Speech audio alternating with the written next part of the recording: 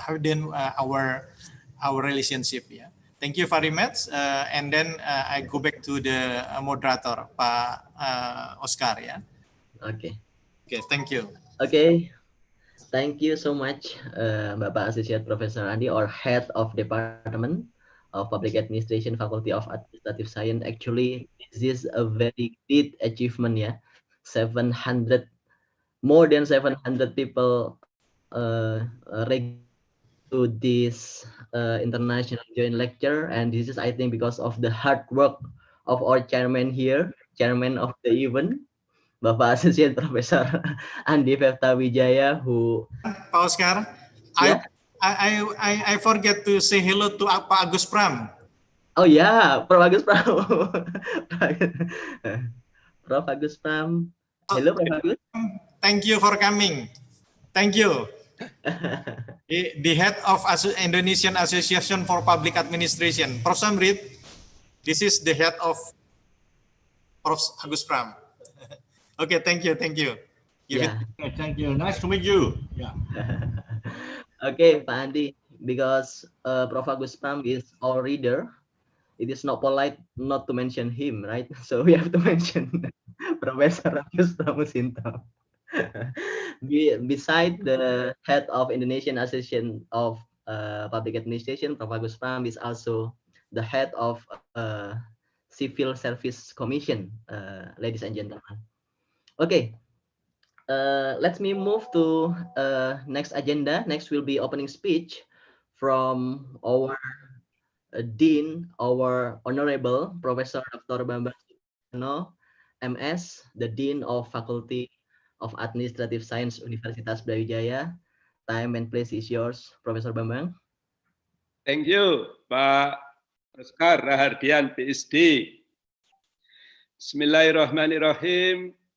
Assalamualaikum warahmatullahi wabarakatuh. Waalaikumsalam warahmatullahi wabarakatuh. Good morning, good afternoon, and good evening. His Excellency Vice Rector of Planning and Cooperations, Universitas Brawijaya, Profesor Muhammad Sasmito Jati. His Excellency Head of State Civil Apparatus in Indonesia and President of Indonesian Association for Public Administration, Prof. Agus Pramusinto. Thank you. All of Vice Dean, Pak Yusri Abdillah Ph.D., Bu Dr. Hamidah Nayati Utami, and Bapak Dr. Muhammad Rosikin. His Excellency, Head of Department of Public Administration, Faculty of Administrative Science, Universitas Brawijaya, Associate Professor Andi Fefta Wijaya, MDA Ph.D., as the host of this insightful and prestigious event. Thank you, Pak Andi Fefta. All presenters and participants, we are pleased to become the host of the virtual international joint lecture conducted by the Department of Public Administration, Faculty of Administrative Science, Universitas Brawijaya, in collaboration with beberapa University Thailand, University Utara Malaysia (UUM), and Thammasat University Thailand. Internalizations, particularly cooperations with universities at the international level, is one of our Faculty of Administrative Science, Brawijaya University visions. It is very excellent that Faculty of Administrative Science collaborate with beberapa university, Thammasat University, and University Utara Malaysia to conduct this event. It is our pleasure to welcome our keynote speakers who share their valuable knowledge and vast experience and expertise regarding the topic. First, Professor Dr. Lukman Hakim MSc, Professor at Faculty of Administrative Science, Universitas Brawijaya. Associate Professor Dr. Ahmad Zubair Ibrahim, School of Government, University Utara Malaysia. Dr. Anurag Anantatorn, Head of Public Administration Department, Faculty of Political Sciences and Law, Burapa University, Thailand. Dr. Fadila Amin, Ph.D., Head of Public Administration Study Program, Faculty of Administrative Science, Universitas Brawijaya. Apart from speakers, we also have outstanding discussants who will dissect the presentations of the speakers and discussion from the participants. First, Professor Samrit Yosum Sakib, Ph.D. from Faculty of Political Science and Law, Burapa University, Thailand. Professor Sida Sonsori at Thammasat University, Thailand. Dr. Nopawan Puengpa, Faculty of Political Science and Law, Burapa. Dr. Candidate in Faculty of Administrative Science, Jos Deman, University of Santo Tomas, Manila, Philippines, and moderators who will lead the event, Pak Oscar Rahardian Danar, Ph.D. from Public Administration Department, Faculty of Administrative Science, Universitas Brawijaya.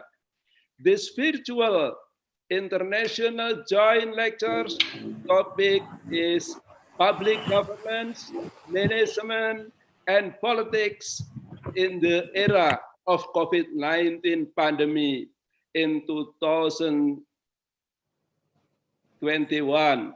This topic is exciting because the COVID-19 pandemic has touched and changed various aspects of our lives. And it is essential to discuss in the context of theory and practice of science, particularly the theory and practice of public administration. Public governance refers to formal and informal arrangement that determine how to manage the public sector based on constitutional values. In the context of COVID-19 pandemic, this means every country has formal and informal arrangement to deal with the COVID-19 disaster. Therefore, the disaster governance approach is relevant and exciting to develop in the discussion. Meanwhile, public management emphasizes how managerial operation from public organizations. In simple terms, public management focus on improving the quality and efficiency of the public sector to solve public problems. In the context of COVID-19 pandemic, managerial operations are the key to implementing effectiveness policy to overcome COVID-19.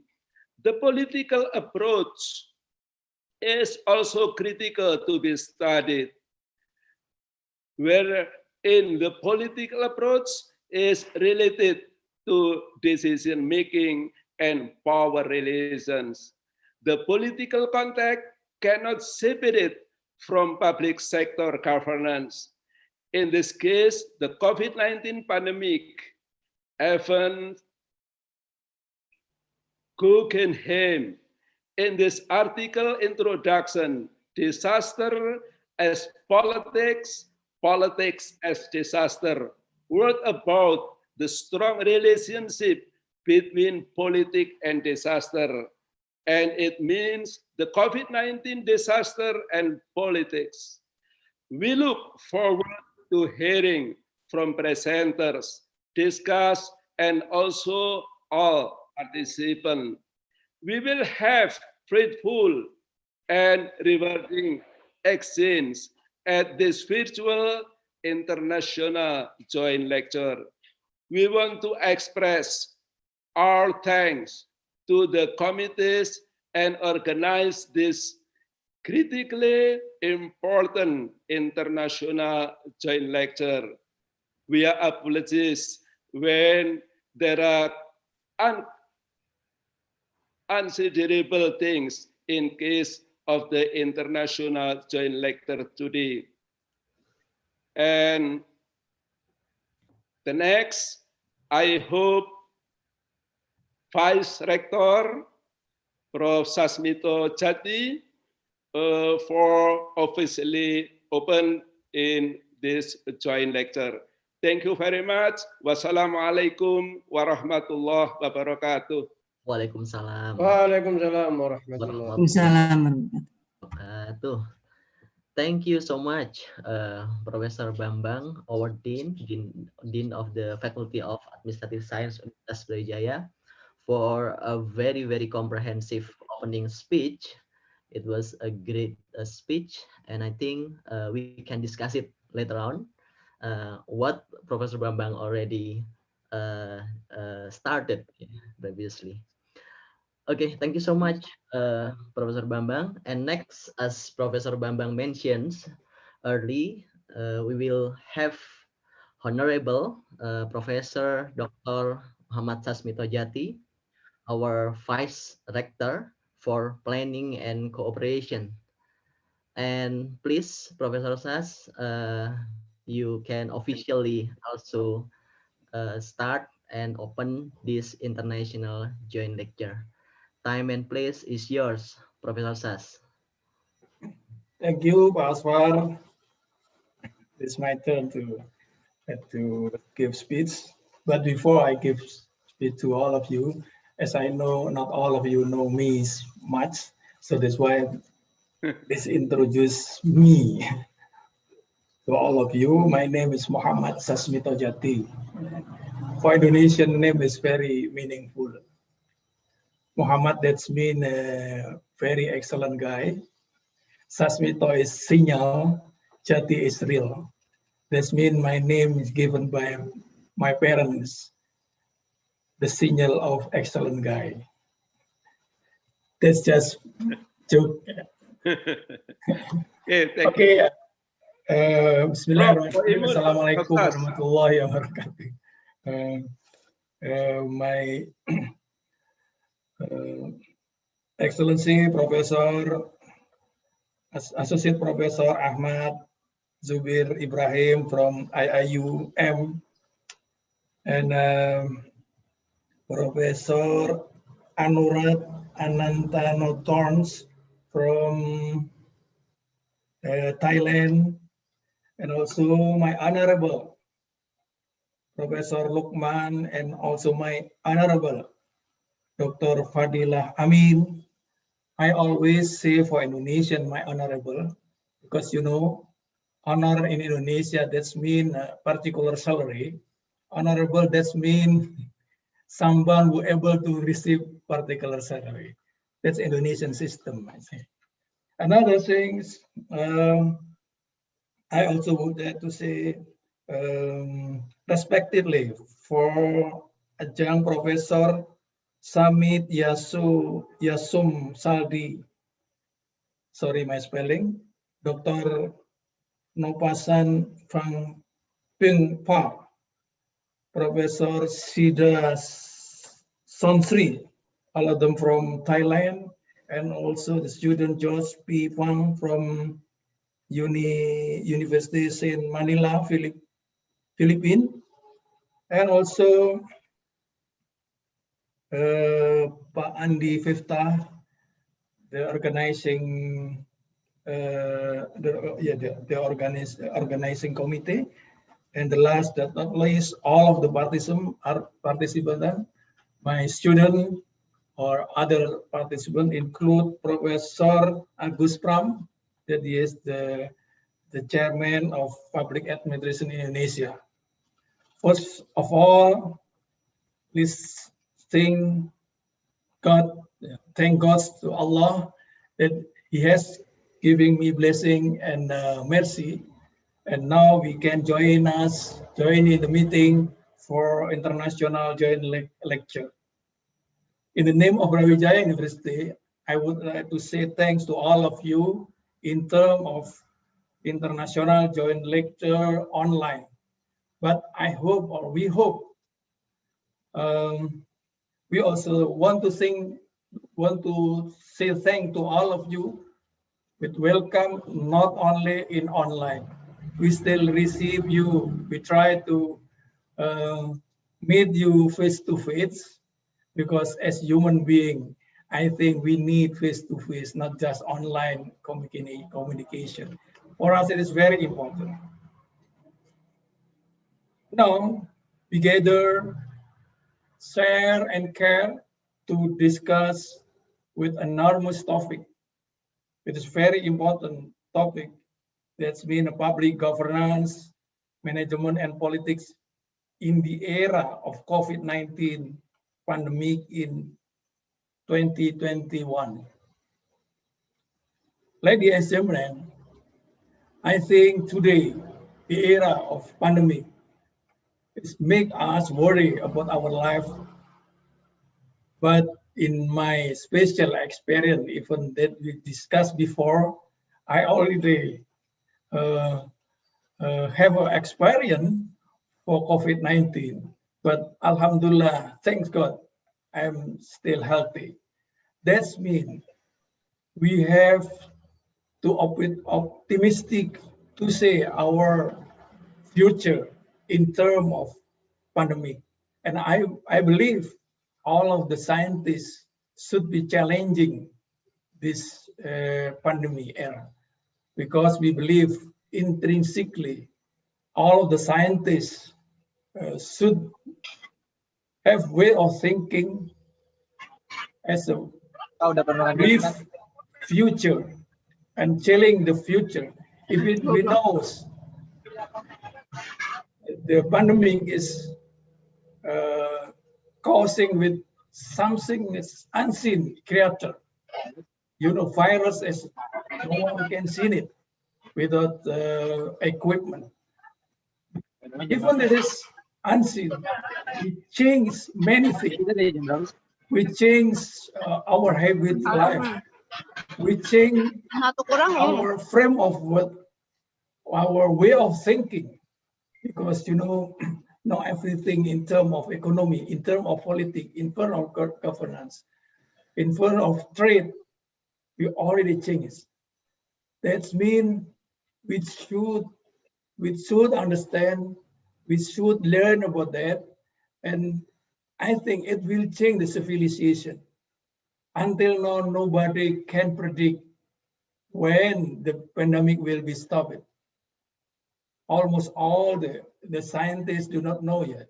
Even though we try to get a vaccine, we try to make a distance for collaboration. But I think in this term, for scientists, I believe this is such kind of challenging. So please don't worry about that. We cannot just hiding in bunker. Yeah, we should work hard to solve our problem, and we believe all of you will be challenging. Can solve the problem with new idea, with new creativity. I believe this the task of scientists. So in this occasion, we do not imagine it before. We can invite more than 700 people. They will joining in this time, even we're not in the same place. It is very important thing to understanding about this era. I think this is a chance and also challenge.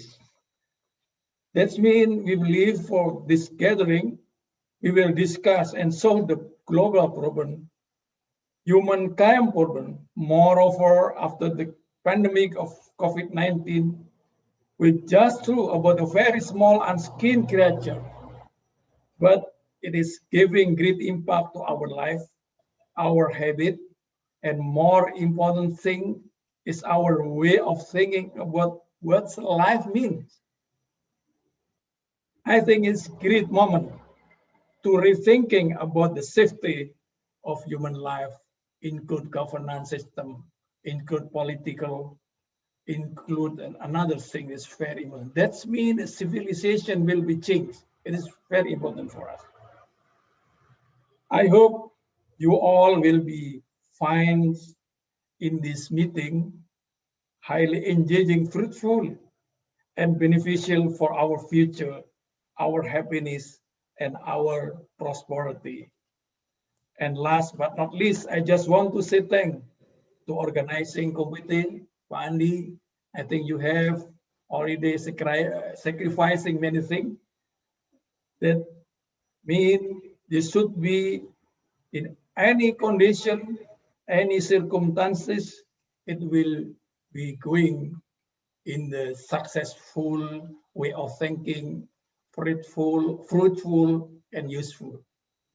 Last, I just want to say, officially open this lecture, like joint lecture online with the name of God, Bismillahirrahmanirrahim. That's all. Wassalamualaikum warahmatullahi wabarakatuh. Waalaikumsalam. Warahmatullahi wabarakatuh. Thank you, Pak Sas. Thank you so much.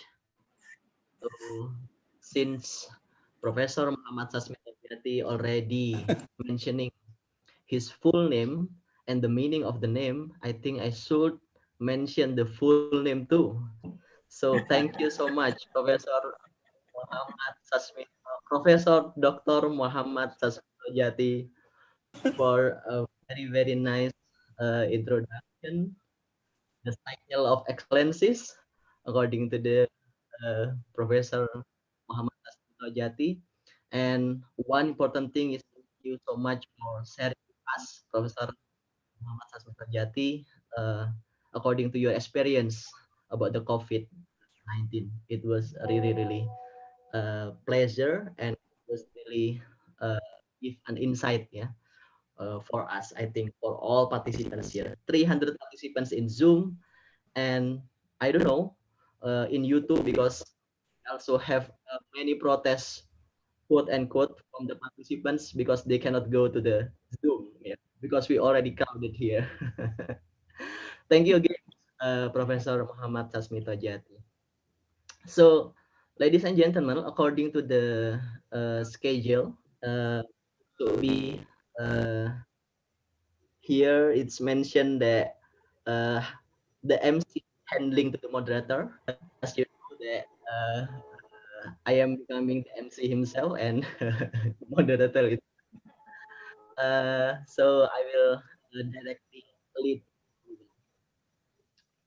So actually, because here since we have Professor Prof. Agus, do you mind if you give some kind words to our international joint lecturer, Prof. Agus? Do you mind it, Prof. Agus? Okay, thank you very much. Vice Rector, Professor Muhammad Sasmito, the Dean of the Faculty of Administrative Science, Professor Bambang Supriyono, and also speakers from Thailand, from Malaysia, and from the Philippines. I just want to say congratulations to the Faculty of Administrative Science, Mr. Wijaya, for conducting this very good activity. I believe that you have done an excellent job, and you have developed very great collaboration with our international organization and international universities around the world, from Asia to Brazil. It would be a good contribution to the development of public administration, and of sentence. Have a nice day. Thank you very much. Thank you, Prof. Agus Pram.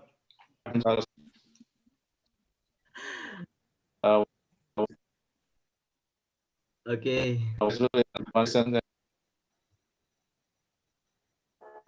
Thank you so much, Professor Agus Pram, for very nice words, and I apologize if it is sudden, because it is a very, very nice opportunity to have you here. So it is nice to have some words from you, Professor Agus Pramosinto, the President of Indonesian Association for Public Administration, and also the Chairman of Indonesian Civil.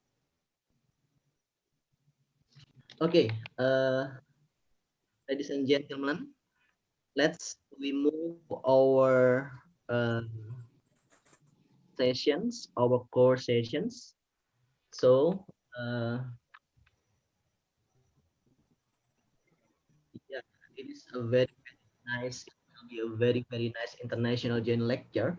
I cannot wait to start this day, because it is really will be great discussions, I think, because we have a really, really wonderful speakers here and outstanding discussions, and of course a very big participants who join this national joint lecture.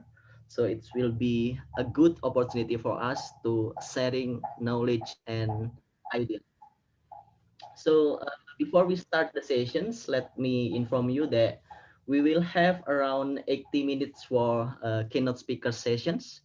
So 20 minutes for Professor Lukman, 20 minutes for Professors Ahmad Zubair, 20 minutes for Dr. Anurat, and 20 minutes for Dr. Fadilah. Okay. And then after that, we'll have discussions sessions.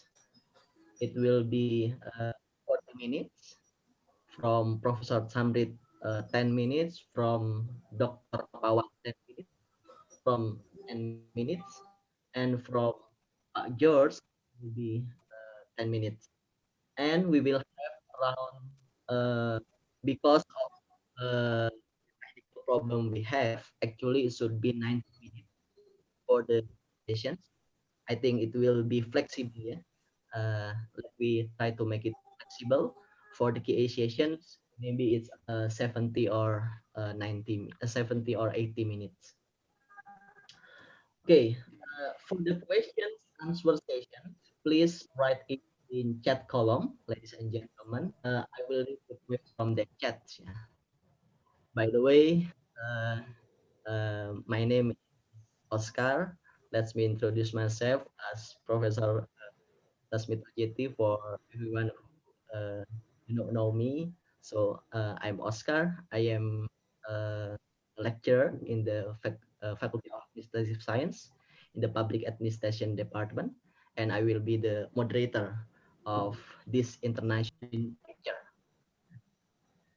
So as we will have long, but I'm sure will be fruitful discussions. Remind you that we will finish it at 5 p.m. Muslim. We will have asar prayer, so please just sit by yourself. Yeah, so it's okay if you, for example, take 5 minutes break, for example, so that you ask. So back to the topic. I think I don't want to take our time longer, because we need to hear more, not from me, but from the speakers and from the discussions. Yeah? That's the most important things here. So for the first chance, please we will cannot speak from the first speaker, our guru and our senior Professor Dr. Lukman Hakim. Please, Professor Lukman, could you share your valuable knowledge and insight for us, Professor Lukman. Please. Thank you very much. Thank you very much, Dr. Oscar, for giving me opportunity to speak up in front of you all. Before starting my speech, please allow me to let you know that there is notice coming up to my computer that my bandwidth speech. Hoping not, it doesn't happen, but could be there.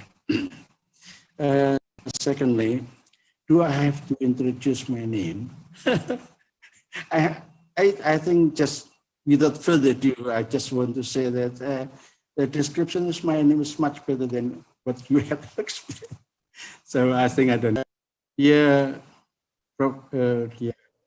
professors, seniors, college, and all participants. Assalamualaikum warahmatullahi wabarakatuh.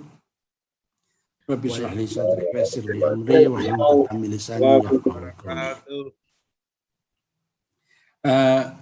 The host, please share my PPT. Can you please do my favor? According to the arrangements that my PPT will be exposed and by the moderator, is that correct? No? The committee, please. Do you mind? Yeah. Nanti Mas Bayu. If not, no. I think I can help it, Professor. can we? Yes. Yeah. Here? Is it okay? Hold on.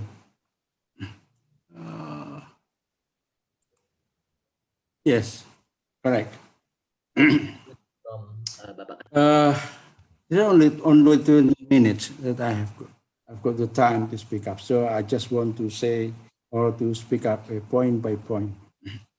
First of all, my topic is about politics, especially relates to the election at the local level in the United States. The cases in Indonesia. I'm questioning the existence of this event, even though it is supported by many, whether or not this is necessary to be continued. I assume that politics is one of the very, very basic needs for all of us, no matter of the time nor place where you live. Not only that communication is basic need, but politics is too. Because without understanding politics, you will be misled to any political interest carried out by the policy or the politicians. So I believe that this topic is very important one.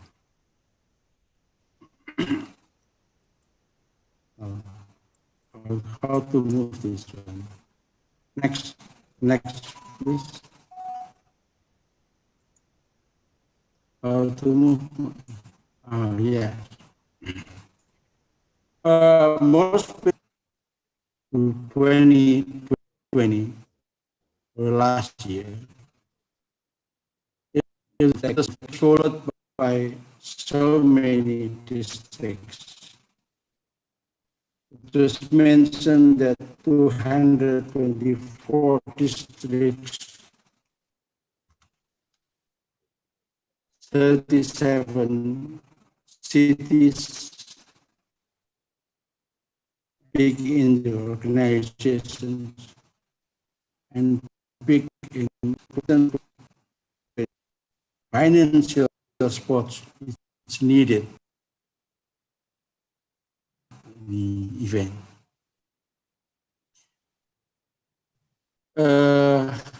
the campaign period was a lot, but and also the campaign is also limited because of the COVID-19. It's unusual compared to the previous one. This only can be done through social media, limited meetings, as well as people are subject to give their votes, still has to come to the ballot or pusat pengambilan suara, pemungutan suara, PPS. This election was in fact held in this election was conducted in the serious threat of the pandemic COVID-19. So many people are being feared and anxiety. So fear and anxiety is fraud surrounding this, the daily life of the people almost throughout the country, especially in the big cities. The second reason why this is an unconducive situation is that because of the COVID-2, in general, the country is being a negative growth of national economy. Earlier, before the meeting was started, made some chart with Professor Samrit and others about this one. That in terms of economy, it is very unconducive. So many businesses are paralyzed, no matter the scale. Big scale or the small scale are paralyzed. Hotels, tourism, transportations, just to mention some, and many others. The number of unemployment increased because of COVID-19. While there is still another reasons relating to the economy, that in general, people are losing their job, losing their economic income as usual. So holding the election is not favorable at the time. If it is possible, people may say that we'd like to postpone if it is possible. But because it had been planned, the election still held, no matter of the conditions. Unconducive environment also come from critics, comments, and opinions of the public, especially those who are in the positions, in higher positions. Let me cite some of the critics, especially coming from two ministers of high rank of Indonesia. One is the Minister of Domestic Affairs, Professor Tito Karnavian, who said that the elections, the local election, has made a trap to those who are running the candidacy, to violations against the rule, to corruption, to power abuse, to some kind like this one. Almost all of the head of locals government are involved in the some kind of these violations. Corruption, gratifications, as well as bribery, some kind like that. Inefficiency develops in everywhere. Not only in a particular place, but almost in every local government in Indonesia. So many hundreds of local heads has been caught by the police or by the commissions of anti-corruption in Indonesia and sentenced to the jail. And so many loss of the country because of this one. So basically, election has put some more financial burden to the country. It's not positively contributing to the development of the country. Not only the effect,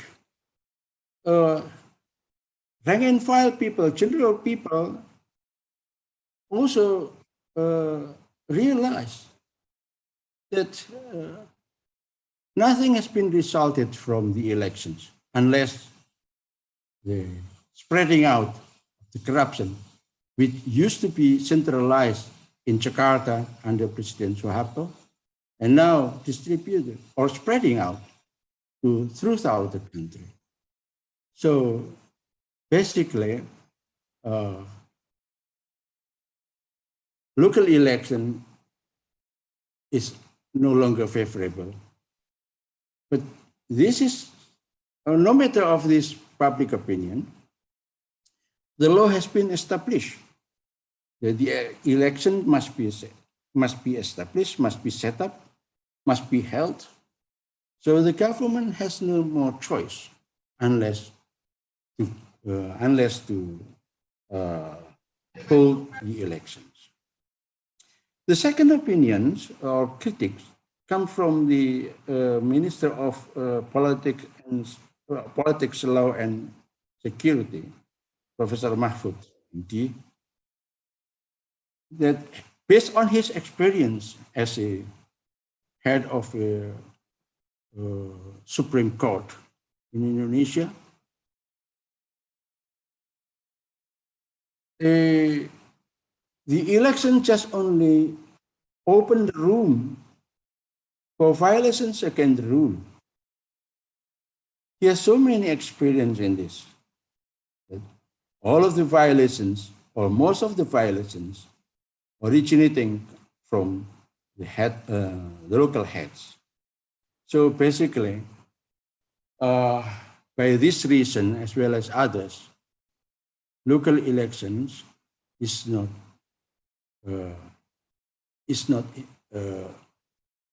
favorable or is not expected, but unfortunately, we have to do this. There's nothing else we can. There is no reason to postpone nor to cancel the political events. This phenomena, I would like to make some analysis of this phenomena. What it should be. First of all, please, next slide, please. Yeah. We come to the problems, to be answered. First of all, election at the local level in unitary state, is it important? What significance does it make? The second question should be obliged to answer is that what might be the impact of election to local government to national politics, especially to national integrations of the country? Let me try to answer these two questions one by one. Next, please. First of all, I would like to highlight the question from the theoretical perspective. Countries like Indonesia, and maybe others, Japan, China,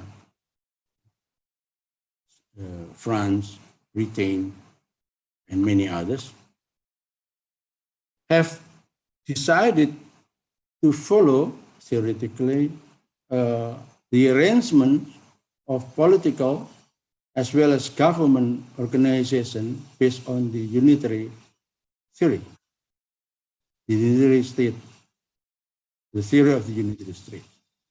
This implies that it is about governance system which central government has total power over all of its other political subdivisions. There is no room for local government to have their own political power and to act different from the central government. This has been agreed since the very beginning one. Since the first time of independence, these nations has agreed on this kind of theoretical arrangements.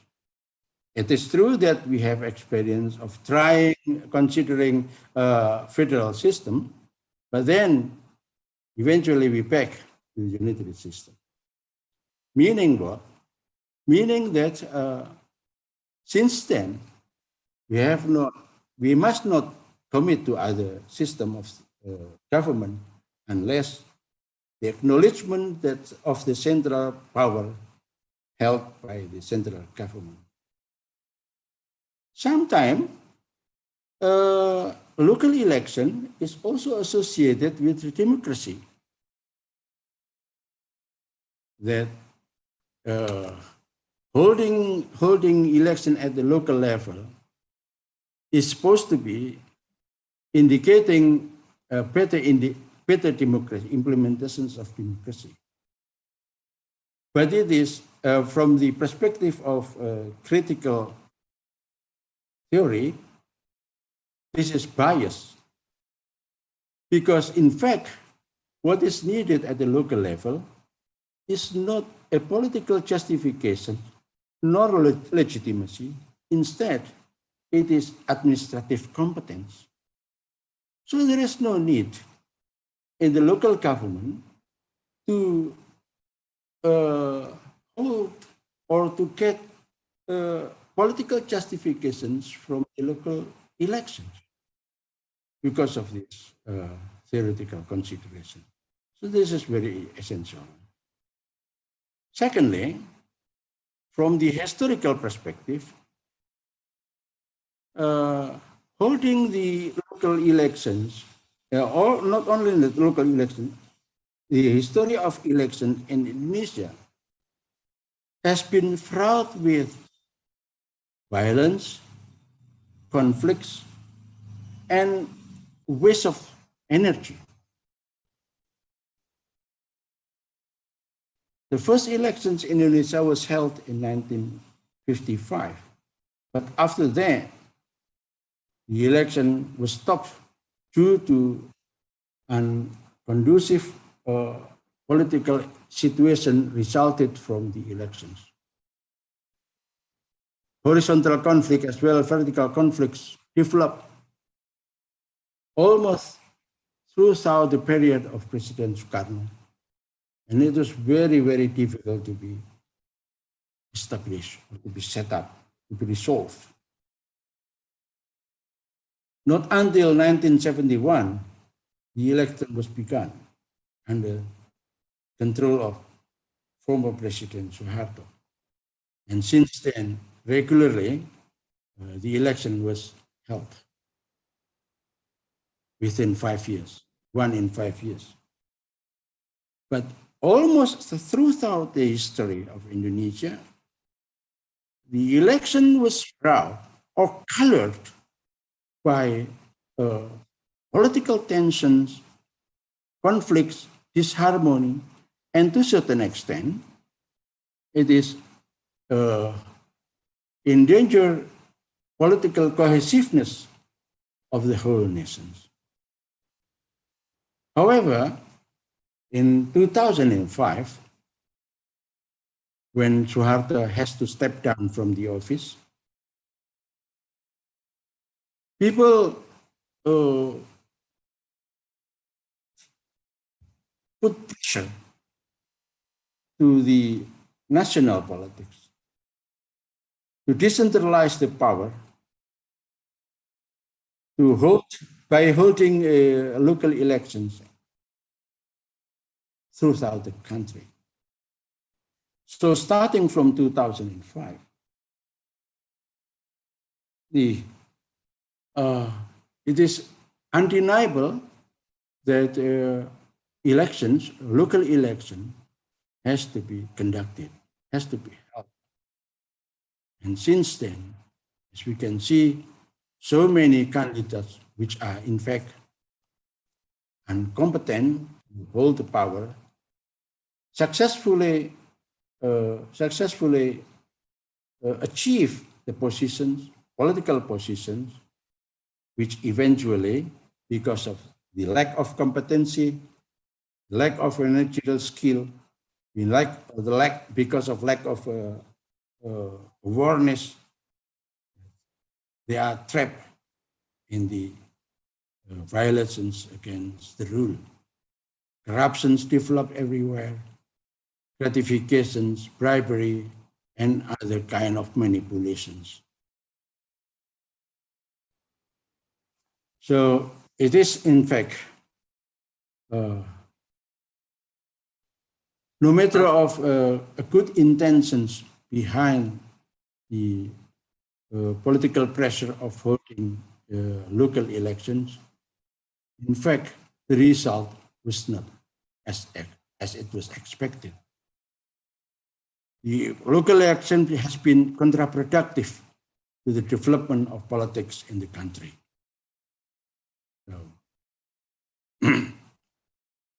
So in fact, in other words, I would like to say that in fact, local election is not expected unless we can learn from other way of holding local elections, which contribute to the development of country. Let us take example from Japan. Japan has introduced a very good example to the local elections. The local election was still there, still held in Japan. Elections of the prefectures, cities, and districts. But almost all of the issues in the election was not a political one. Instead, it is administrative one. The issues of the campaign in the experience of Japan's local election is something that is not merely political. It's not about solidarity making, political solidarity making, but about how to organize daily life in the country, in the district. So such issue like environment, the degradations of environment, the issue of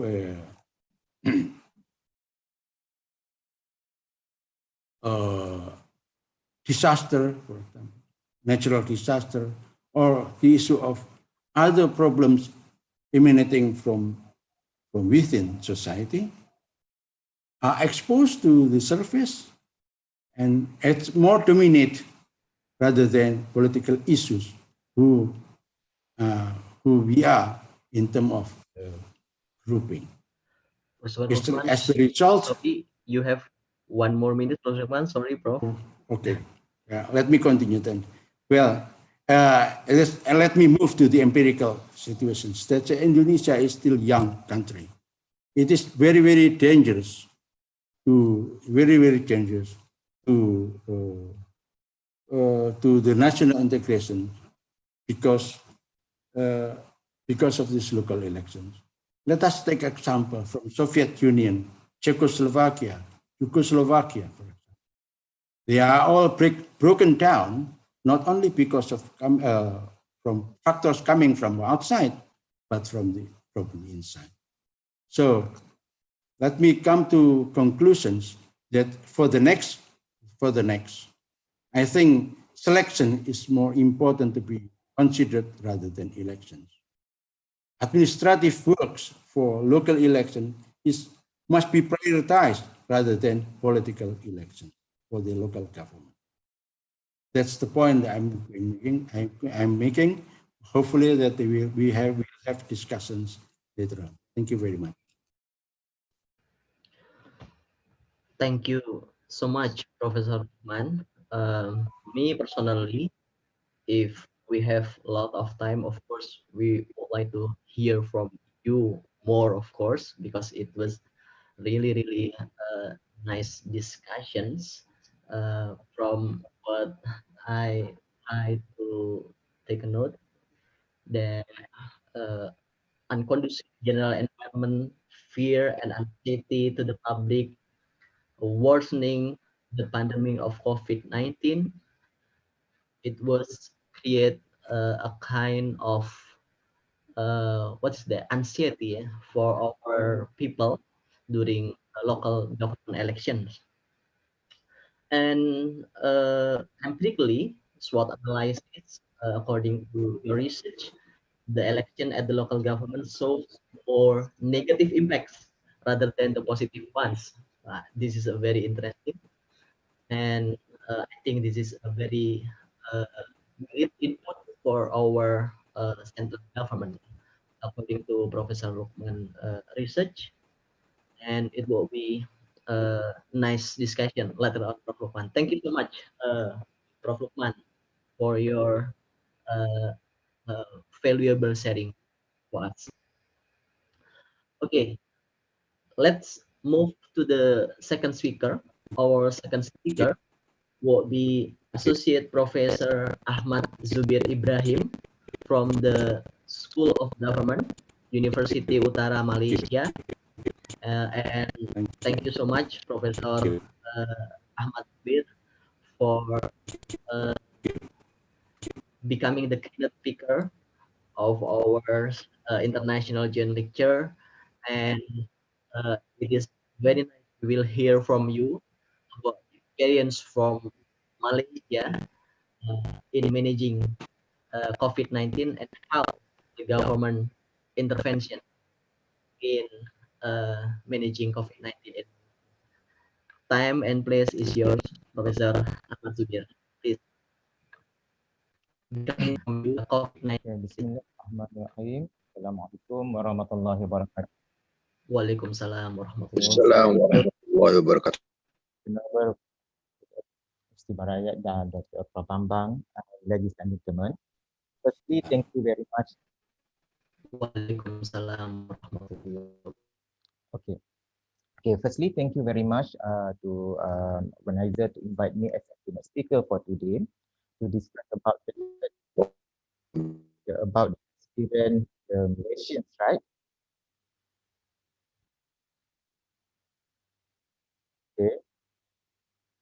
Okay, during the Malaysia's government intervention, right, during pandemic COVID-19. Okay, nowadays, right, the world they're facing about the pandemic is last year, right? So every country in the world is facing about this problem, but also they include the Malaysian, right? What the day nowadays the Malaysian certain state in the Malaysian is also to the facing about the movement control order 2.0. Okay, there is a started last 2 days until 16. Okay. Actually, it's the first nation was confirmed, right, with the COVID-19 on February 4th last year, where the years-old man had recently returned from the Singapore. But the case number positive, right, actually the case is increased beyond 500, right, more than 500 instead of March 16. And then Prime Minister, right, announced about the MCO, okay, movement control order for the Malaysians. This is the effect, right, MCO. So the situation to give the is for the first experience to facing about this to come to the panic about the for the people. Okay, but there is a no, right? It's a new cases and recoveries, right? This is about the second wave, the MCO, okay, control MCO and MCO third wave. It's to show about the death until now, until today is around 500, more than 500 is until yesterday. Okay, the new cases and recoveries. But the actually is the during RMCO, right? Is to the look the stagnant and static. What but come back, right? Come back to the positive COVID-19 is among the people is to start increase during 6th September until now. Okay, until now. But this is a situation to give the frontliner to there is also the effect the economy and so on. Okay, this is a start 1st December, right? It's until 12th January. The numbers of the positive cases increase, right? Before this is below 1,000, but the start at the end of the this year, starting so is 1,000. Okay, until it's very to is 7 January is 3,000. Okay, 3,000 and to fluctuate and coming back to the 12th January around 2,300. Okay, the case. That's why the last 2 days is the government is announced for MCO for the certain state, okay, the 6th state, right? Asia to facing about the movement control order 2.0. Okay, to the that's why there is a MCO is to just monitoring is protect the people who move out in the state. Okay. Okay, this situation, right? This situation directly affected livelihood among B40 is a four group, right? Four group, group in the Malaysians. For example, is B40 or the poor group is measured as household that earn a household income 4,000 and below. This is a situation because the people is lost the job is lost the income is affected about this MCO. Okay, for your information, right? The Malaysians, right? Starting to 2020 last year, right? The poor group or the classification for the community in the Malaysia is to divide by the firstly is a B40, M40, and T20. B40 is income below 40%. Okay, before this is a lump sum. Okay, lump sum for the income for the people. Okay, but last year the Malaysian is revised the PLI poverty line index for this group. For example, right? Okay, less than 2,500 is a considered household or the individual considered as a poor in the Malaysia nowadays.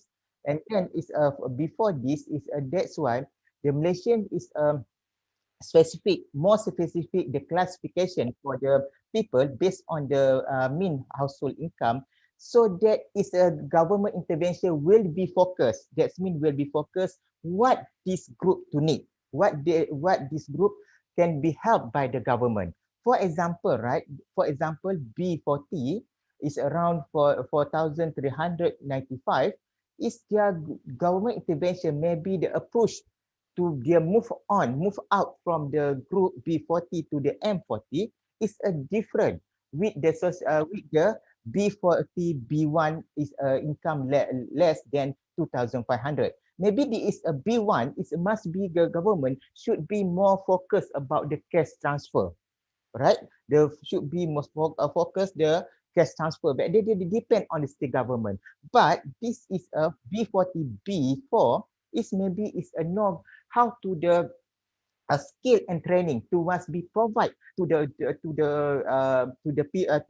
that people so that they can change, right? Can move out from the for this B40 group to the M40 group. This is a classification, right? Community or the society in the Malaysia is based on the mean household income.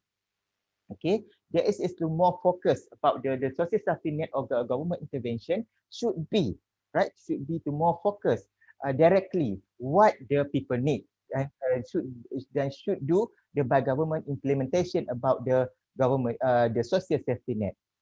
Okay. But during the COVID, right, is impact of vulnerable community, right? It's 2.1 million affected elderly.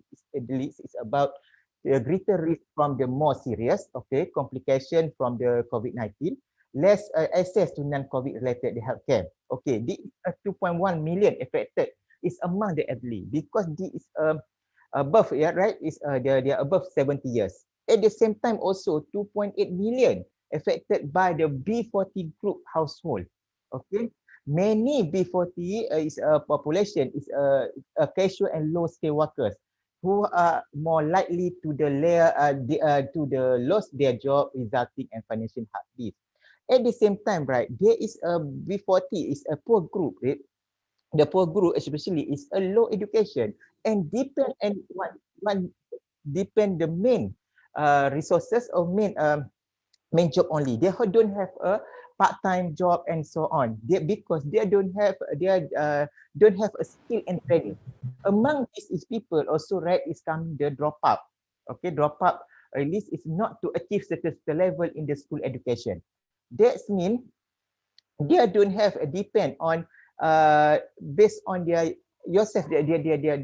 job, right? It's a labor and so on. And also, right, they affect this situation, right? Affect the low health, illiteracy, malnutrition, and chronic disease, which mostly occur before the household, living in city housing put them at greater risk. This is the situation, right? To the effect the MCO, for example, the MCO, right? The effect about the sustainability livelihood among these people. Okay, at the same time, right? Also, the MCO affected migrant workers. Okay, especially in construction, hospitality, and plantation, depend on migrant workers. And then also this is this area. Okay, this is start because the many migrant workers also this to under MCO can't allow to go to the under construction, hospitality, and the plantation. Also, right, reluctant to visit government health facilities to for fear of losing wage, being like late of deportation. This is a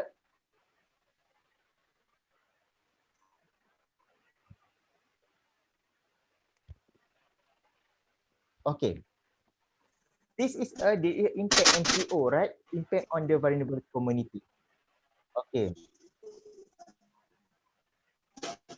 Based on the MCO, based on the online survey from the Department of Statistics Malaysia, right? This the employer status self-employer. Okay, they have a lost job, right? Around 46.6. Okay, 40.6, right? If a lost job and employers is a consider 0.8, okay, and then 1.8 for private employees, and also multinational company employee is 2.4. But work from home, at least the private the people is also the work from home also facing, right, have of pay leave, okay, unpaid leave for also the exist during the MCO. This is an impact, right?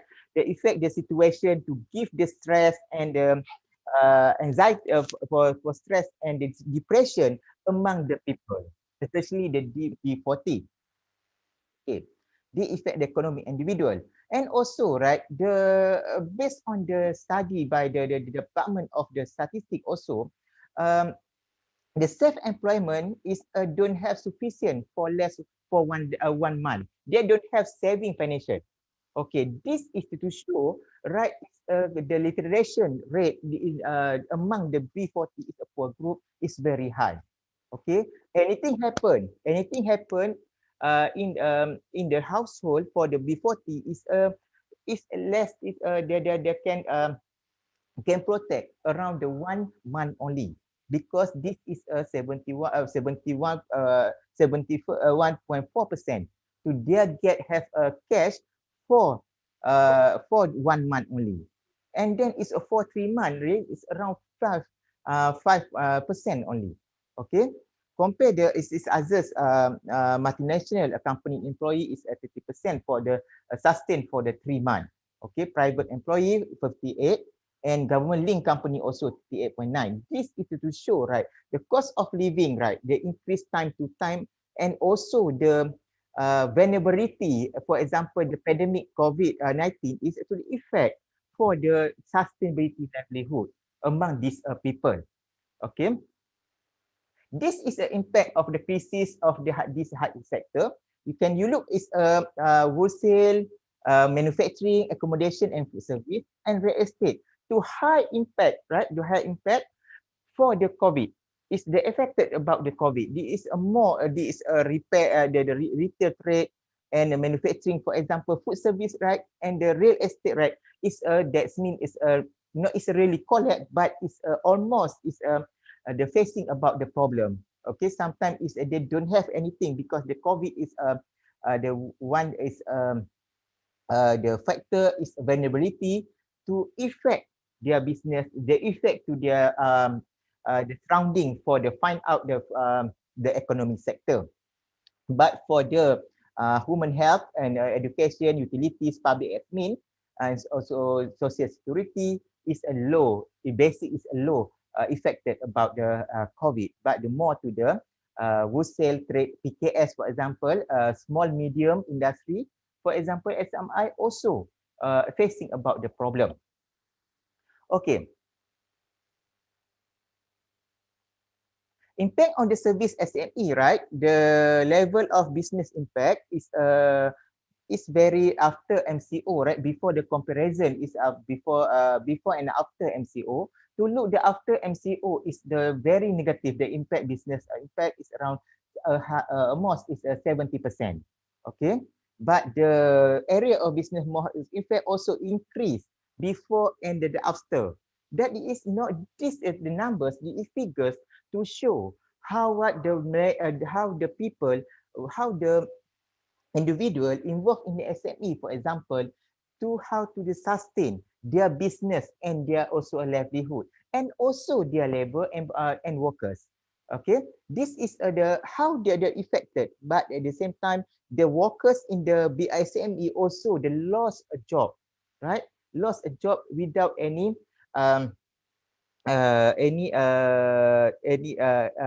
gratuity or for on, okay, insurance for the next month of me based on their saving. That's why, and their saving is 78% is at least they can protect 1 month only, right? This is the effect the MCO of the for the service SME sector. And business outlook for rest for to do is to also increase, right? Today is many people to show about very negative and slightly negative is around 40%. This is after, right? MCO to the household expenditure by income class in Malaysia for also, right? This average, right? The class group in terms of significant decrease consumption, expenditure is 50% by the top T20, followed by the M40 is 48% and 41% for the group B40. This is household expenditure income class because they don't have the saving. That's why they are reduce its power of the purchasing is also the down. The what call it is the less is for the normal. Okay. Okay. Why there is expenditure is impact of the household consumption expenditure to the economics, right? Is during 2019, around 59.8% contribution of household sector to nominal GDP, okay, to the government injection stimulate, right? Because there is a contribute the sector is a normal GDP around 59.8%, right? To effect the government to the inject the stimulate the economy around 128 million to household, because this is for short term, yeah, to help the economy recover, processing for the short term, because this is many sector is a collapse, that's why there is a injection simulation for a simulate by the government to inject for the capital for the household is for that, so that this economy can move on, right? Then can time to time is a move on cycle, right? And there also, right, 48% is household expenditure decrease during the MCO, okay? They are during the first quarter, right? Is 2020, the private expenditure expected reduced by 8 until 10%. This is a effect, right? The effects to the MCO or the COVID during the MCO the last year for the until now, okay? They're facing about the problem. Okay, the average household expenditure by main group, for example, is the total expenditure, okay, is a decrease around 55%. Okay, and also the total consumption around is 48%. Is to look is a very the big gap, right? But however, okay, the food and the food and the non-alcoholic beverage also decrease, right? Okay, decrease, okay, 27%. Okay, during the MCO, and then the alcohol, clothing, housing, okay, also is a decrease. Okay, but the time is the people is more focused. Yeah. All right. Okay. Okay, that is more focused about the food and beverage to make sure the household can get the food. Okay. This is my study during the COVID control MCO, the phase 2. Okay, the divide is a situation among the B40 category. This is a food shortage, loss of a job, income affected, hungry, and insufficient food supply in the market, depression also, right? This is price of basic. To look, this is about is a cost of living, right? Cost of living is a 69, almost is a 70%. Okay, almost percent or and followed by the depression during the MCO, right? To the effect the depression among the household, they think about what they can doing, what they can find out for the money. For example, they lost a job and the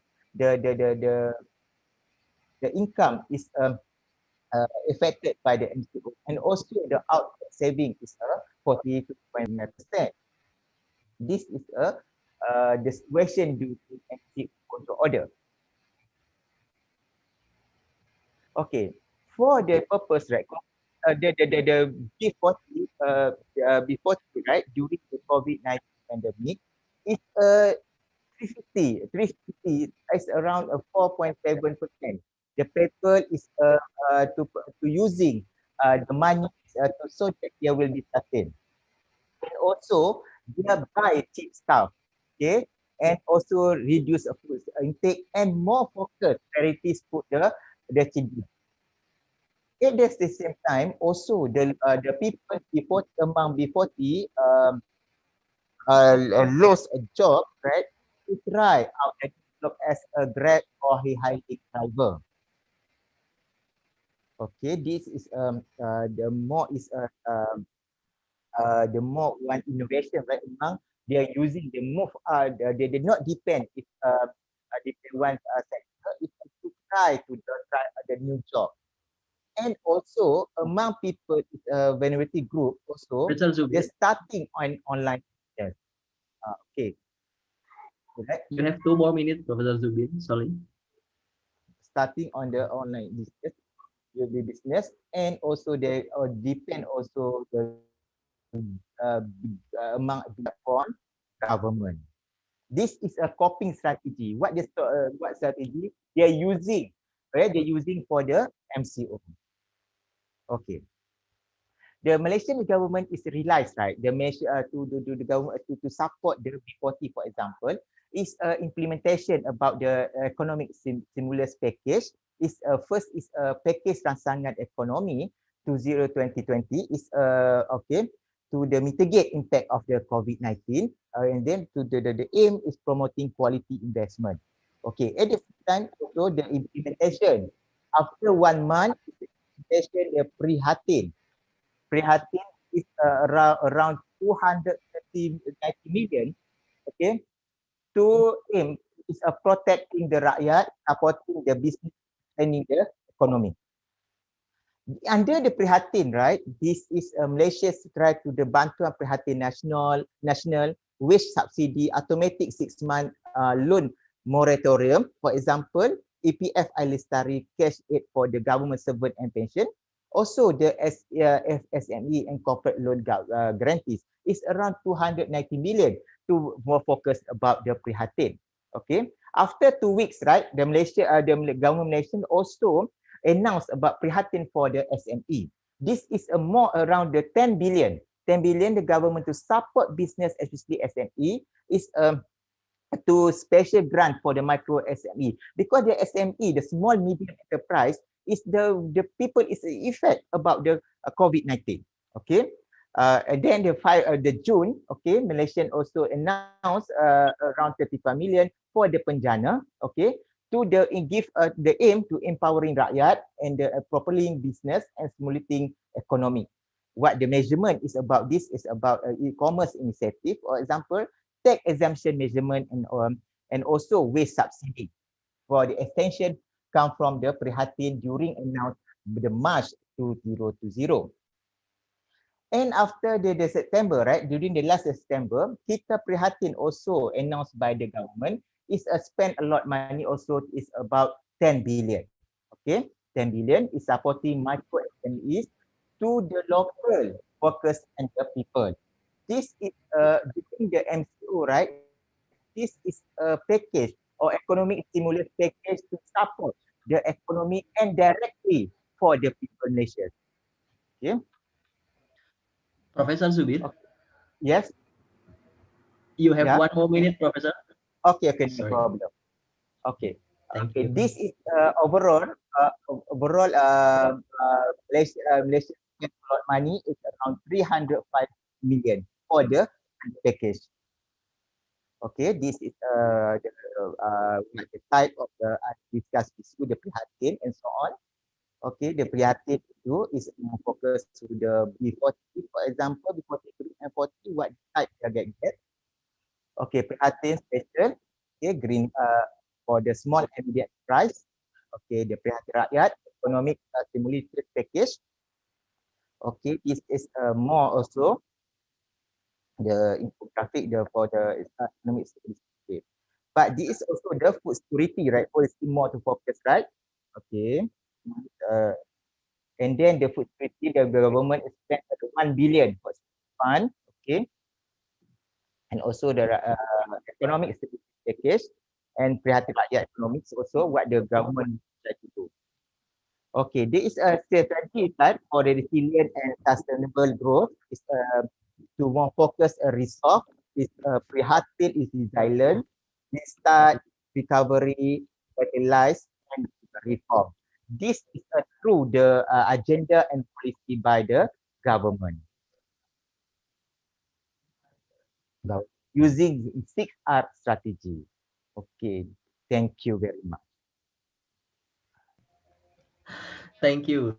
Thank you so much, Professor Zubi, for a very nice presentation regarding the how government intervention toward the COVID-19 in Malaysia. It is about the movement control order Indonesia, we have maybe what is called by SBB, pembatasan sosial berskala besar, or right now we have PPKM. It's kind similarly with the movement control order.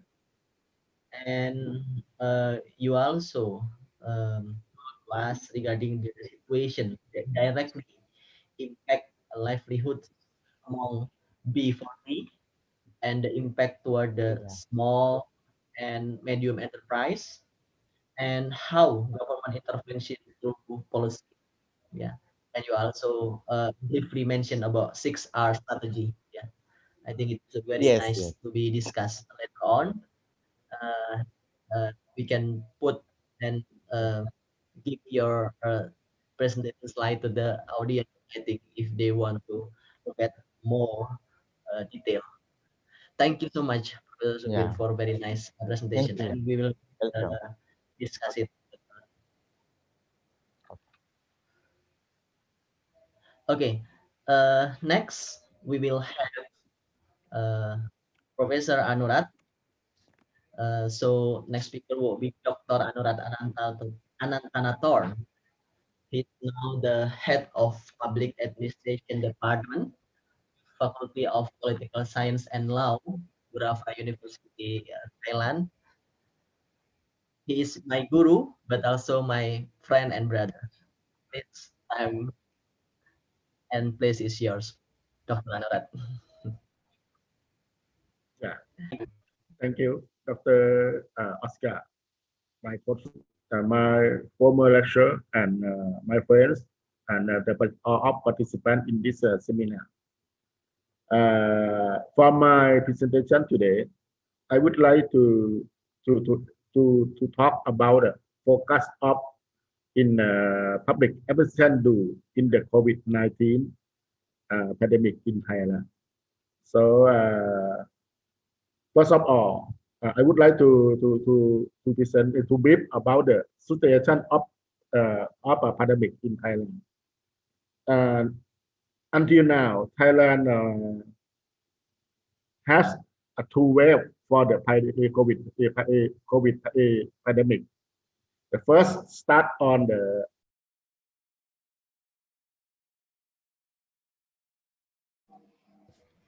Achan, sorry, it's mute, Achan. Sorry. Okay. Are you hear me? Are you hear me? Yeah. Yeah. Again, first of all, I would like to say hello to my friends, my former lecturer, and all of participants. Today, my presentation, I would like to, I will focus on what is the public administration do in the pandemic of COVID-19 in Thailand. First, I would like to explain about the situation of a pandemic in Thailand. Until now, Thailand has met the pandemic of COVID-19 two times. The first start on the end of 2019, around September in 2019. After the Wuhan crisis for the COVID-19. On September 2019, the world citizens learned about the novel COVID-19 virus, which was known as the Wuhan virus. At the time, the virus transmits quickly to the human to human and contact to infect without other individual. In Thailand is the second list of countries who that's the world aware to the pandemic of virus, because if you see next presentation, if you see the map, Thailand far away from Wuhan around 2,000 kilometers distance from the Wuhan to Bangkok. And you can go to travel from Wuhan to Bangkok around 3 hours.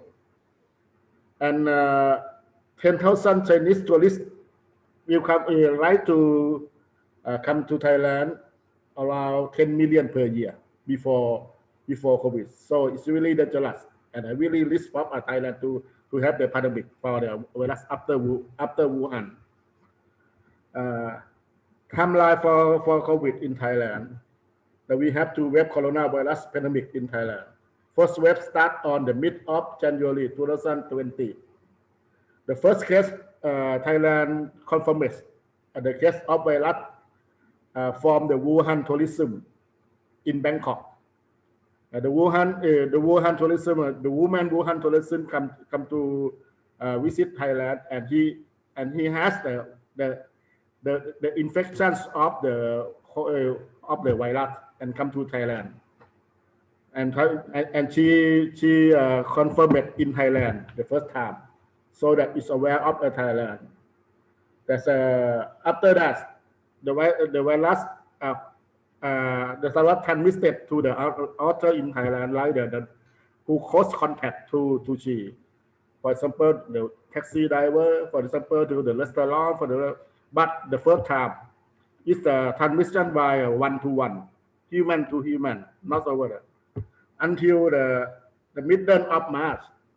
The middle of March is a very serious pandemic, serious infection, because we missed the group of the infected or the cluster virus COVID-19 infected from the people who went to the Thai boxing stadium, and after that the infection spread to the many people, and from one or 10 cases per day to the 100 cases per day in the one day in the mid of March, so that Thailand government starting to serious policy making to protect the spreader of virus. The effect after the mid of March, the corona effect to the other outside for the economics, education, public health, public transportation, industrial and society activity, and politics suitable. The effect was in Thailand around 3 months, from February and May. It meant that the first wave virus corona pandemic in Thailand around 3 months. The serious case in 3 months. Totally of the number of infected in Thailand on May until from January to May, around 3,000 cases, and passed away 56 cases for passed away for the first time. In July 2019, Thailand was able to control the spread of virus, and the delay of number of infected cases slightly declined. Thailand emergency as of the safety country recording in the virus, and after that, UNDP confirmed it. Thailand was the success to manage and control the pandemic of COVID-19 in 2020. What is Thailand manage virus corona? According to the concept of public administration model, we know that's the 3 main concepts. The first, of public administration, or OPA, is the principle of OPA start on the strong power of government and unity of command. And new public administration MPA is a management by flexible management, government and private cooperation or participation to serve the public service. And the third, new public service, NPS, the government empowerment, government, private, and society to participation in the public service. So that how Thailand manage public service in the COVID-19. Thailand was a combined team model to of public administration concept to manage virus 19 infected. For in the level of policy making and control regulation, the governments keep strong power. Keep strong power or centralization and unity of command. This is the form of OPA or public administration. Government established the Center of COVID-19 Situation Administration This is the organized for command. The commander organization and the prime minister sit in the head of organization. This organization have authority to make the policy making and make the strategy and regulation to protect and management the spreader of virus. For this is an example for the regulation. First, curfew, country curfew. This the curfew is allowed 2 or 3 months. Start on February until May. Curfew from 10 p.m. to 4 p.m. for protect the people not go away to be the spreader the disease. Second, country lockdown. Close all the airport. Citizens cannot go to outside the province. Third, country scanning and checking point during province and community. Third, country scanning. Third, state quarantine, provincial quarantine, and south quarantine for the people who come from the outside, from the international and from the outside of the village or the province. School, college, university, industrial, restaurant, entertainment, sport, gym, and run the campaign of strong together, keep clean, social distancing, stay at home, stop COVID. And regulation strong for the punishment for the people who don't aware the regulation.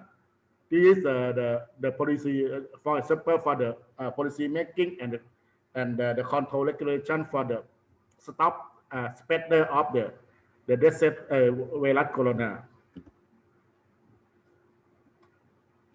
Next, this is the picture. This for the government works about the protection for the protect virus COVID-19.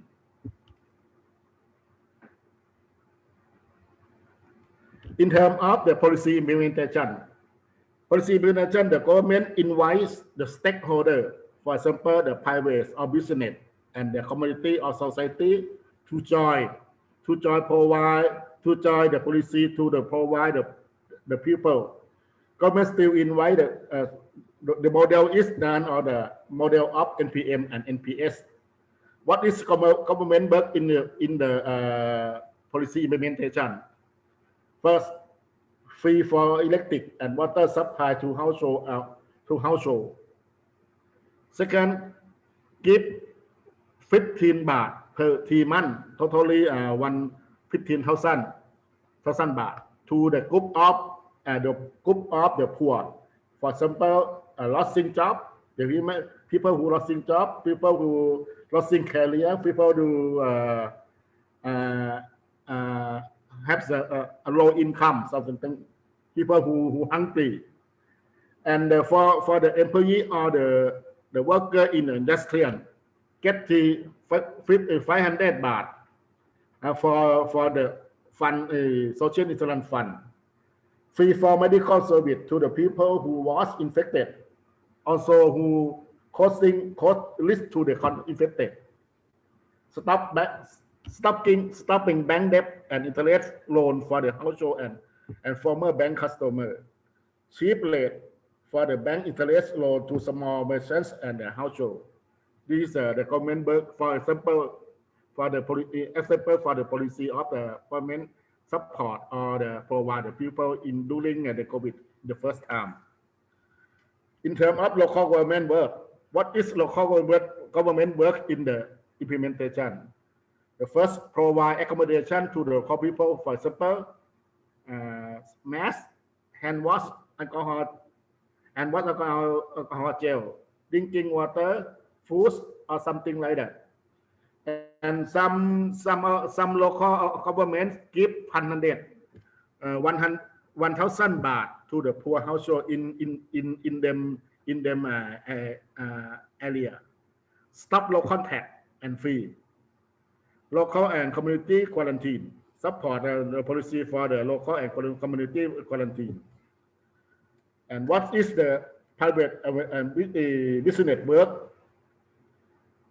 First, the biggest internet company give free for the household and mobile internet to support work from home, to support study, online study.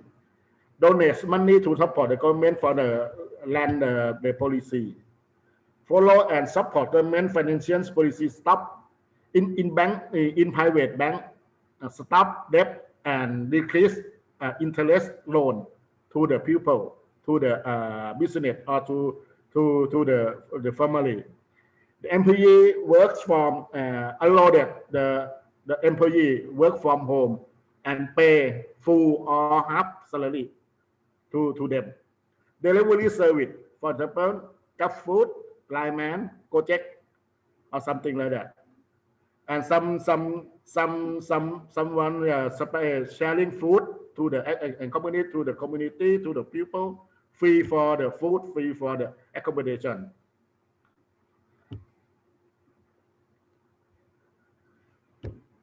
In the level of society works. What is the society works in the implementation policy? The first, the volunteer to the public health, volunteer to the village and community checking point and checking stand, provide test of house quarantine, and promote campaigns strong together, keep clean and social distancing, and sharing the food to the poor people in them community or in them local area. What is? And that's after that. What is the government support the business during the COVID-19? The first, feeding the money to help the high effect of business and feeding money to help the business who affect to the COVID-19. For example, tourism business, restaurants, and SME, or the transportation business. That all of this business is affect from the COVID-19. Some business stop the work, stop to the business more than 2 or 3 months. Free for internet, support work from home, free and decrease electric and water supply to support the business or the factory. Keep the lowest interest for the business loan from the government bank. Stop debt and decrease interest for the business loan. Stop business tax and serving e-government to service the company or business firm.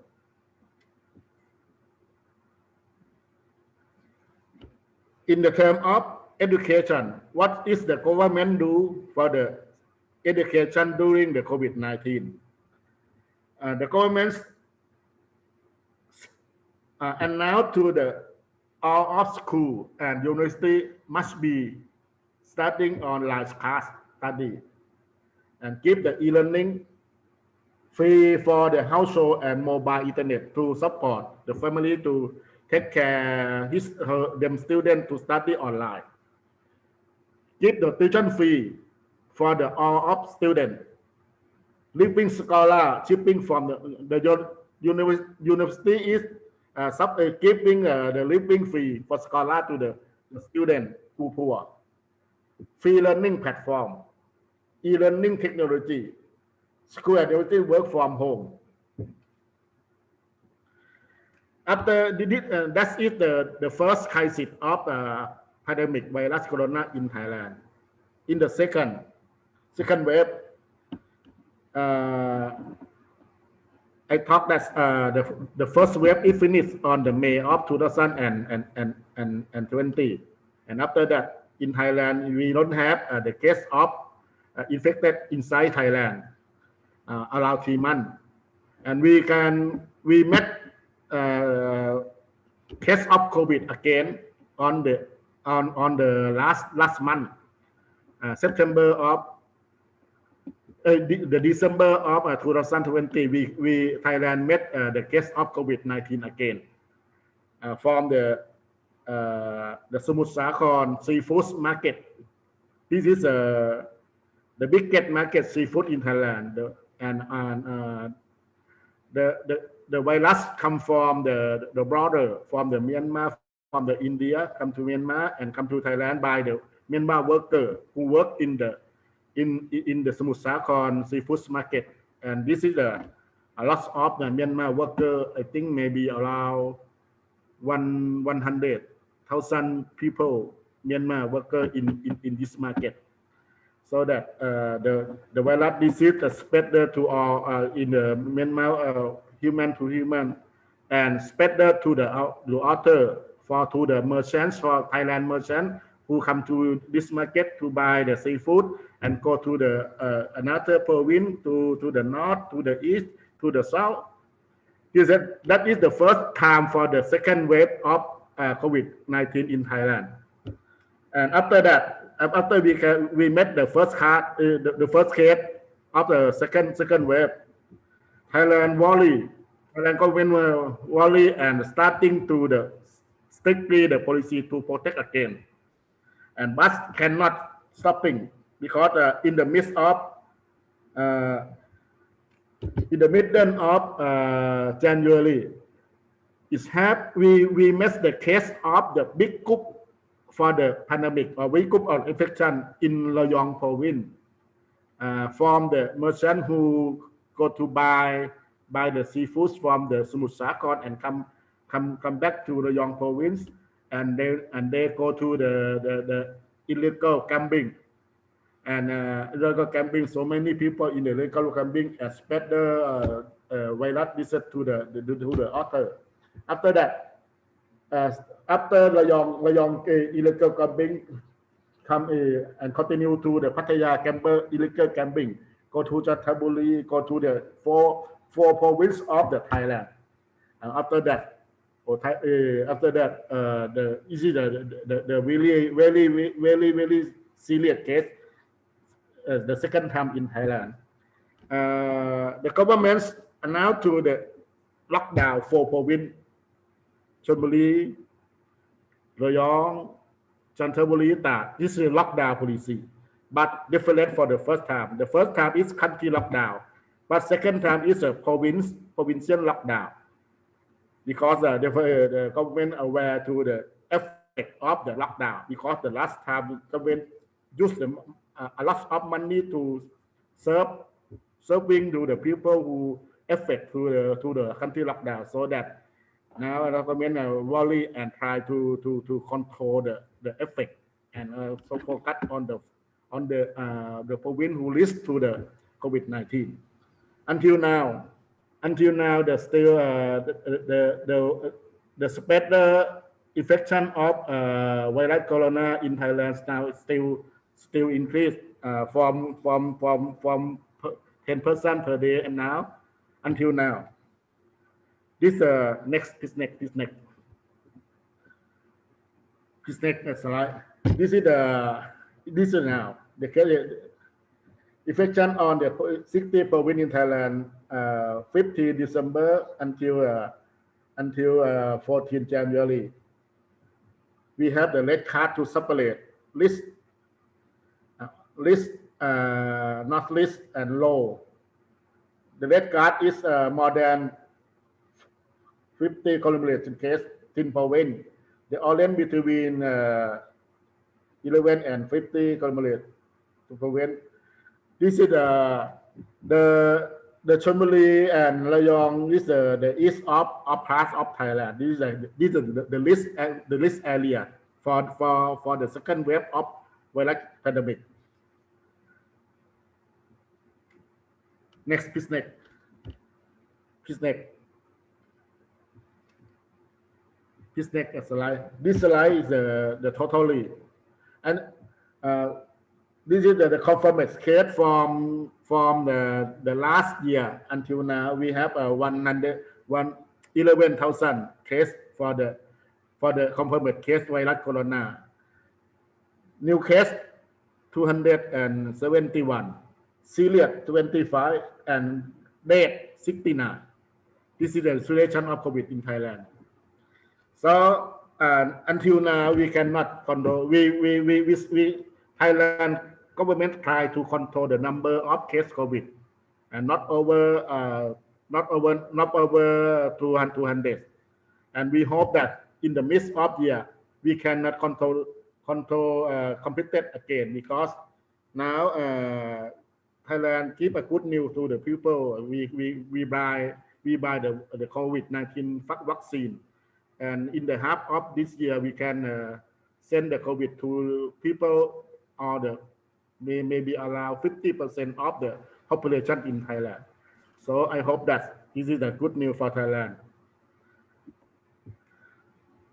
Conclusion, please next. When the virus COVID-19 come to Thailand on January, Thailand people know the danger of this virus because it's quickly spread and transmitted from man to man. That's what a first panic call it in Thailand. The success factor that Thailand can control the first time. I think I try to looking for the factor how how Thailand can control and stop COVID in the first time. It have 5 factors. The first, we have a good plan and good strategy. The second, we have strong policy and efficiency implemented. The third, we have strong cooperation with stakeholders, government, private entrepreneur, and the community or society. Third, innovation and technology to support the policy.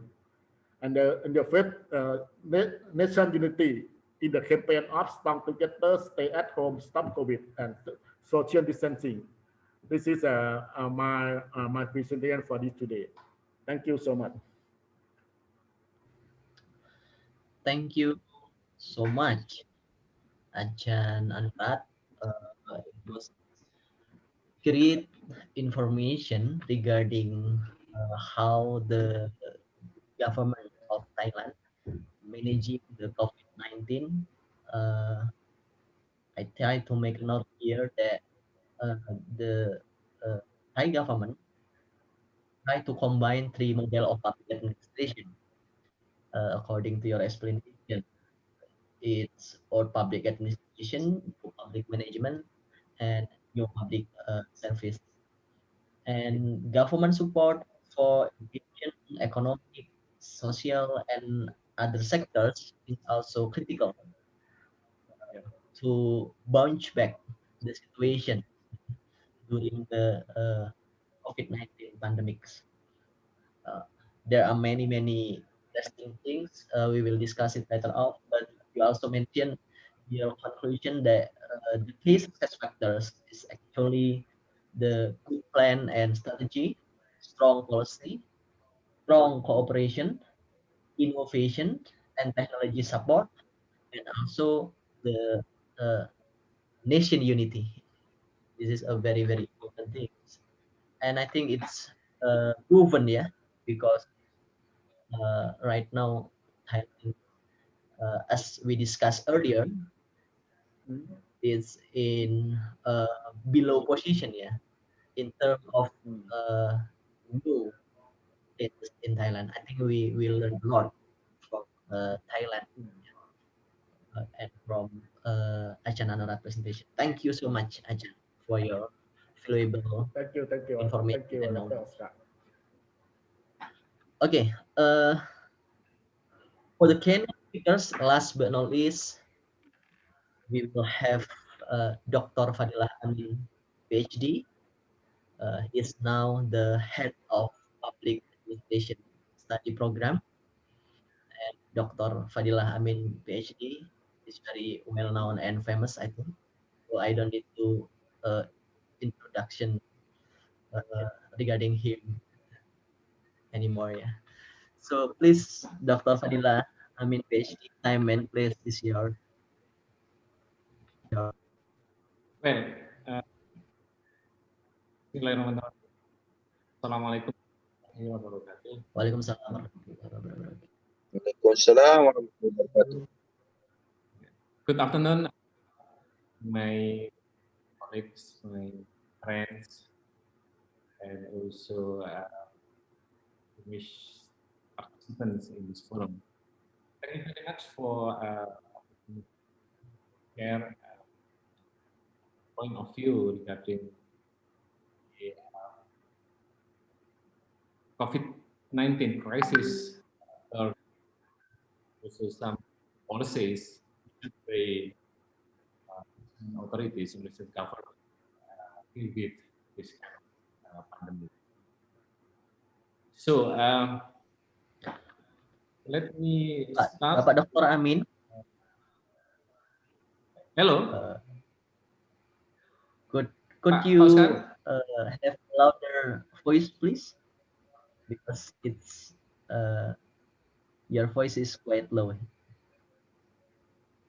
Really? Yeah. Okay. That's nice. Is it still? Okay. And then let's check. Can you see my share? It's already shared. Okay. Thank you. Yeah. I mean.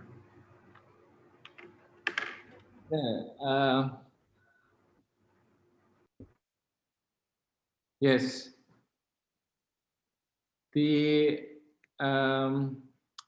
main topic given by the committee to me is about the collaborative governance under the pandemic situation. It is, I would like to share about the in recent experiences about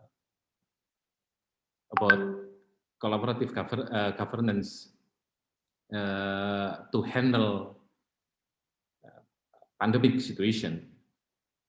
So in here also, even it will be very brief.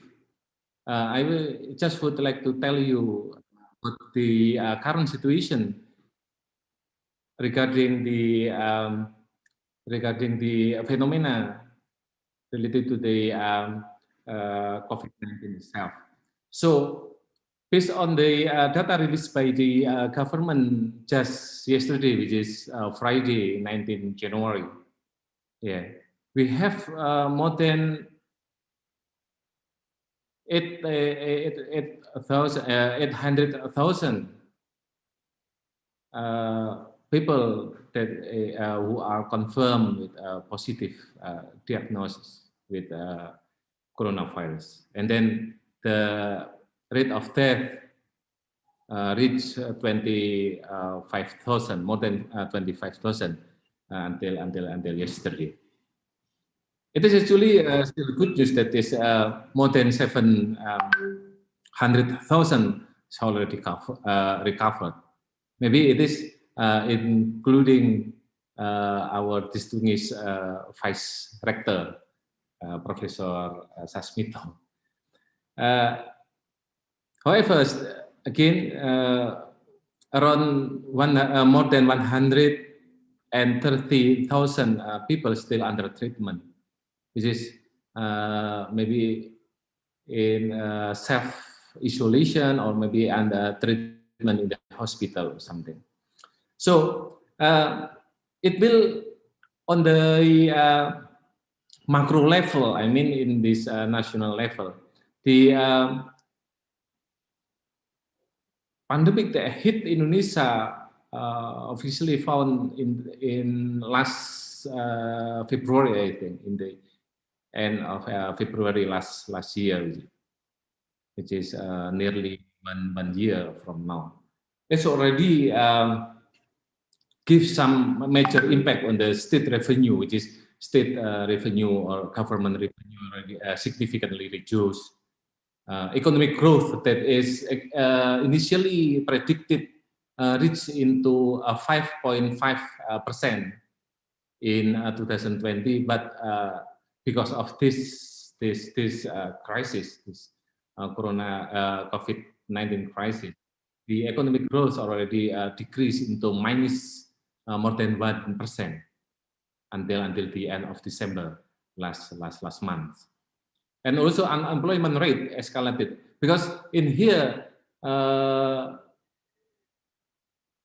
only in the duration of 4 months since the first case has been found by Indonesian government, the the new unemployment is already added into more than 4 million people trapped into unemployment. I mean, he lost their job, and automatically they lose income as well.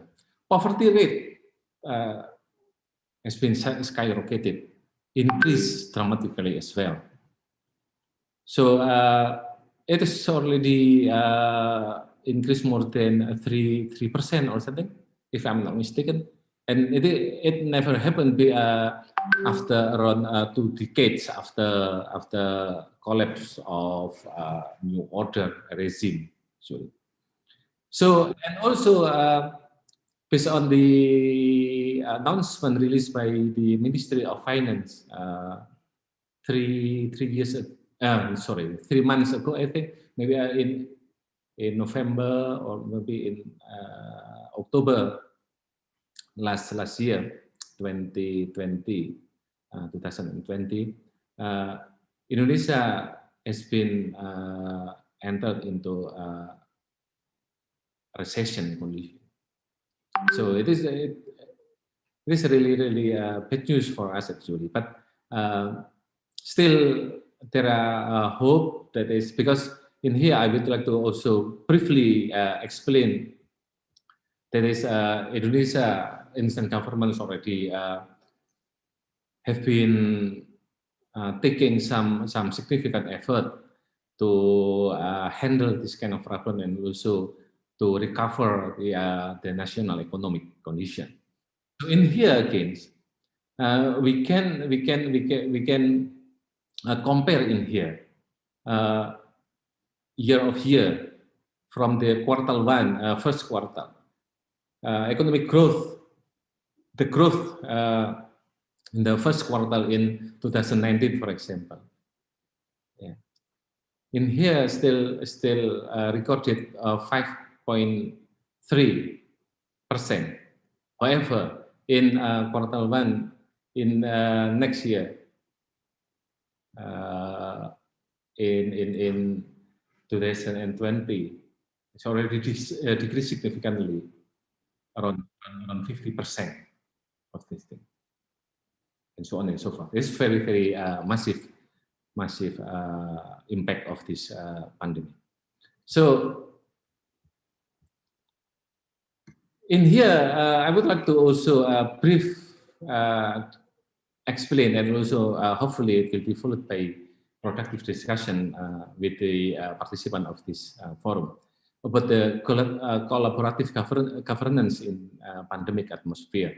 So as we know, it is already widely known that this collaborative governance is actually the scenario to involve many actors other than government itself, including community, private sectors, and so on and so forth, to working together, to actively working together, yeah, to achieve more than any one sector could achieve on its own.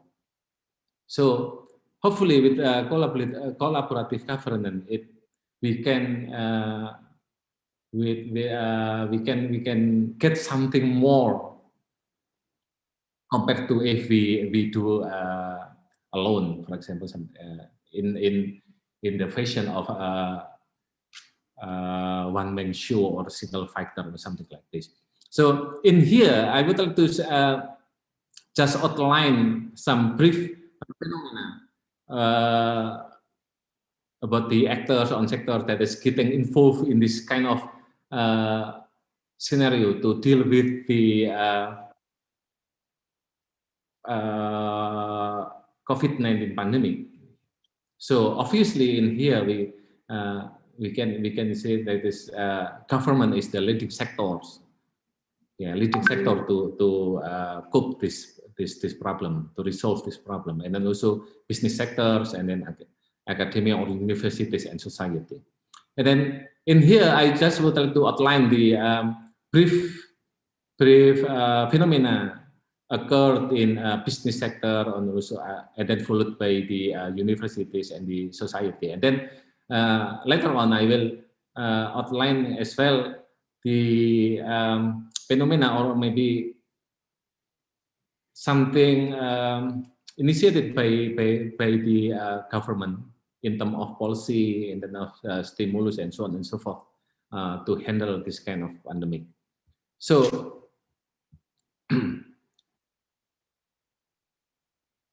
some basic thing that is occurred and then easily found in the business sectors is that phenomena happen or occurred because of this pandemic. Even only few months since this pandemic occurred, a lot of business, lot of enterprises already collapsed. So, however, again, so a lot of enterprises still survive. They ensure that workers receive a fair package with health benefit. It is government of Indonesia usually appreciate pretty much to the some enterprises, some companies that is still able to survive and also still pay attention to the life of their workers anyway. So unfortunately, there is some disobedient practices practiced by business sectors that is not follow the guidance released by the governments, like they ignore the health protocol. For example, in this particular time, including now actually in Malang, government still apply this kind of called PPKM or something in bahasa Indonesia in Indonesian language, which is it is like the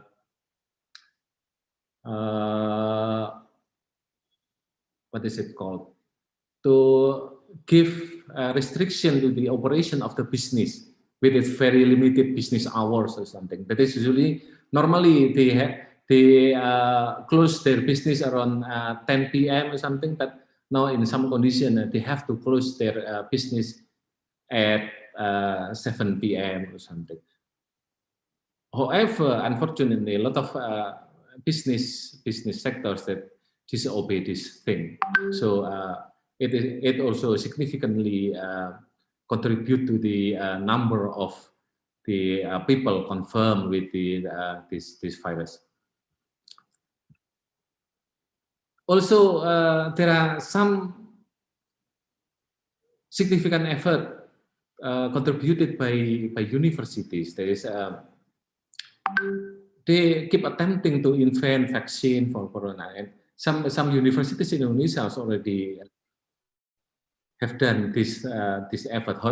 Unfortunately, until now, the Indonesian government prefer to import vaccine from outside. That is already clinically and also scientifically proven.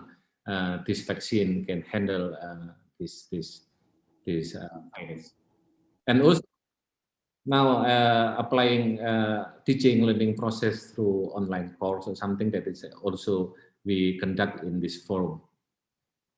Well, this society is the greatest or the party who actually what is it called suffer from this pandemic, because particularly the low income society, because a lot of them losing income due to losing job, and also suffer because of they have limited activities that is allowed by government or something like this. However, they also receive some numerous various assistance or aids or facilities given by the government. But unfortunately, in here, big number of people tend to ignore the health protocol. It is very, very, very sad actually, because in Indonesia usually called 3M or 3M, wearing masker and then mencuci tangan or washing hand and what is it, menjaga jarak, keep distance with other or something. But some of them like ignore with this kind of guidance. Even some public figures like provocate people with arguing that coronavirus is nothing and bullshit or something like this, like conspiracy or something. So in some extent, also it is very, very, very sad as well actually, because more than 35% of Indonesian people don't believe that coronavirus exists. This is because of some conditions, something like this. Well, so we move on to some contribution, some rules of government in to handle this kind of pandemic.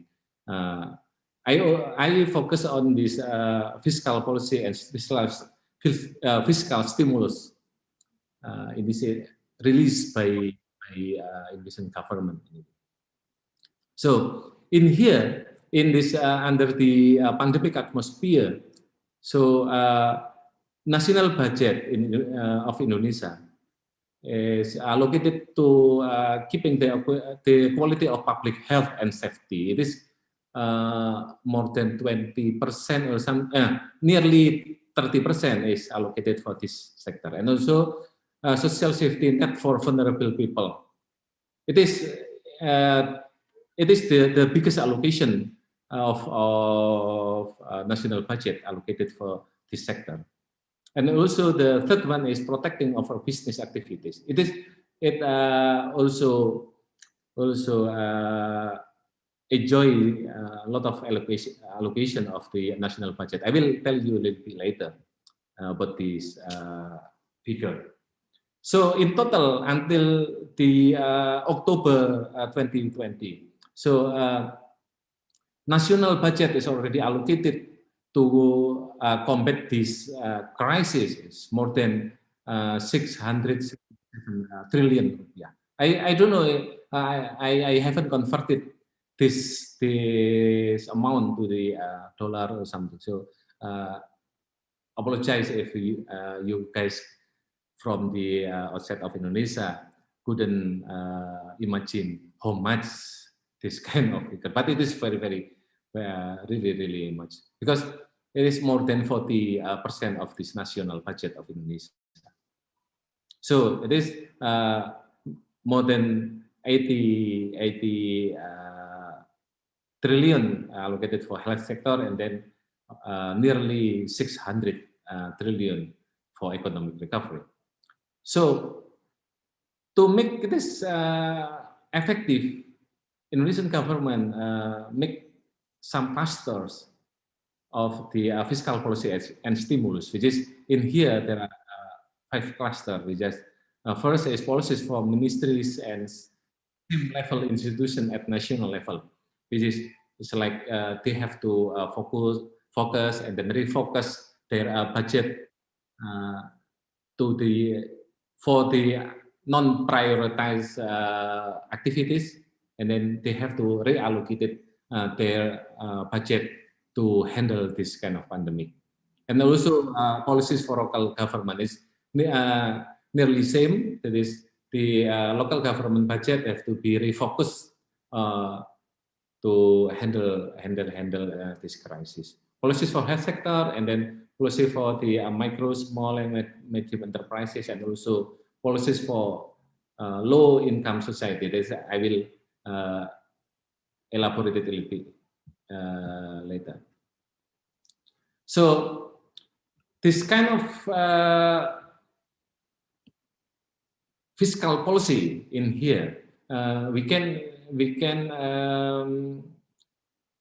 categorize as the expansionary fiscal policy, which is why we can categorize this policy applied in Indonesia as expansionary fiscal policy, because the two characteristics appear in here. That is, government increase public spending to enhance aggregate demand. So I will also explain a little bit more what public spending spent by government, and also providing tax facilities.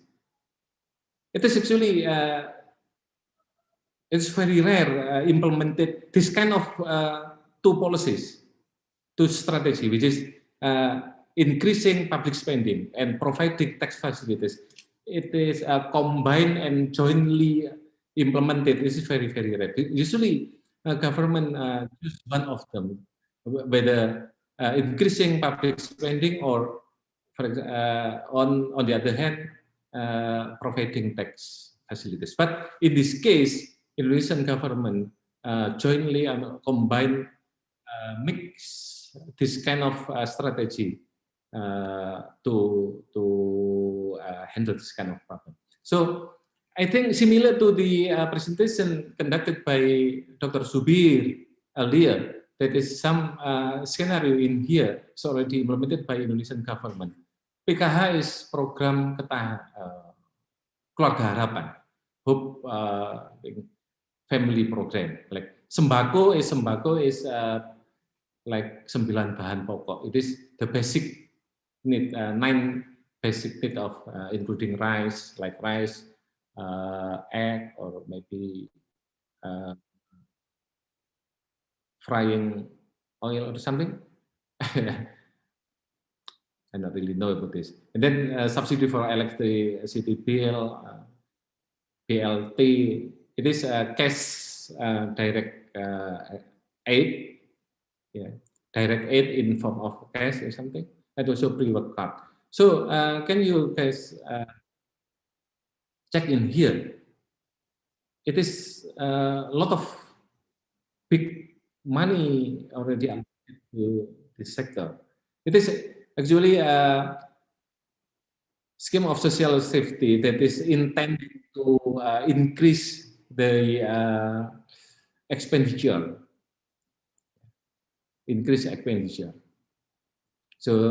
So by increasing expenditure, the economy can run slowly. Even though it is still slowly, is fine. But the most important is the economy keep running. And then also there are a lot of tax facilities given to the people, to the society, and also to the business sectors. So I have some critical notes in here. In here, actually, we can see that is I already mentioned earlier. That is actually Indonesia, in my point of view, give big gambling by implementing this kind of strategy, which is they give some tax facilities and also give a lot of great deal of budget allocated to enhance, to increase consumption in the community. Yeah. Because it will obviously it will be very costly anyway. Yeah. Very costly. It is very expensive strategy. Which is, but in here, the government of Jokowi commit to, in my point of view, need to handle this kind of pandemic very totally. So they do not choose whether facilitating tax or increase expenditure of community.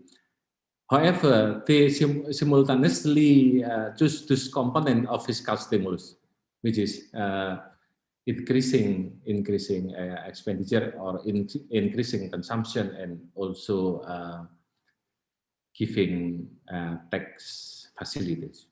So in here, in my point of view, national authorities takes total effort to ensure that the Indonesian people will not suffer from negative effect of COVID pandemic. Also to seriously attempt to recover the economic depression as soon as possible. So, as I mentioned earlier, this option is very costly and very risky for government finance if, in case this strategy is not successful, because again, nearly 50% of national budget is already allocated for handle this kind of pandemic. So why, what the factor that is possibly cause the failure of this kind of strategy, as I mentioned earlier, is the commitment of the people, business sector, mainly the people, community, society, to follow the guidance or the instruction or the protocols released by the government. In this case, actually, government doesn't expect something more from community, like mission or something, and so on. Just they follow the protocols of the headline issued. That's it. Unfortunately, personally, I'm able to with about the effectiveness of policy and stimulus, whether it is already effective or not to handle this kind of pandemic. Because as we know, that it is still on the process of the execution of the policy and still increasing consumption, increasing expenditure and facility attack.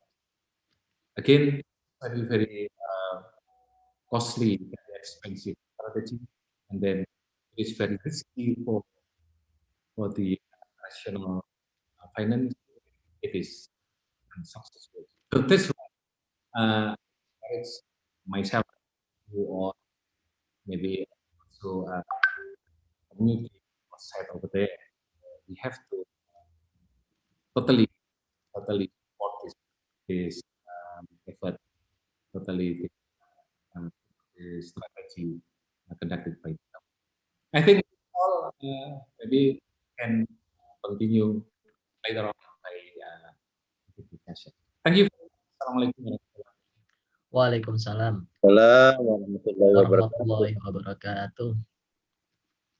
Thank you so much, Bapak Dr. Fadilah Amin, for insightful presentation regarding collaborative governance in handling pandemic COVID-19 in Indonesia. You are elaborating how the Indonesian government support, for example, the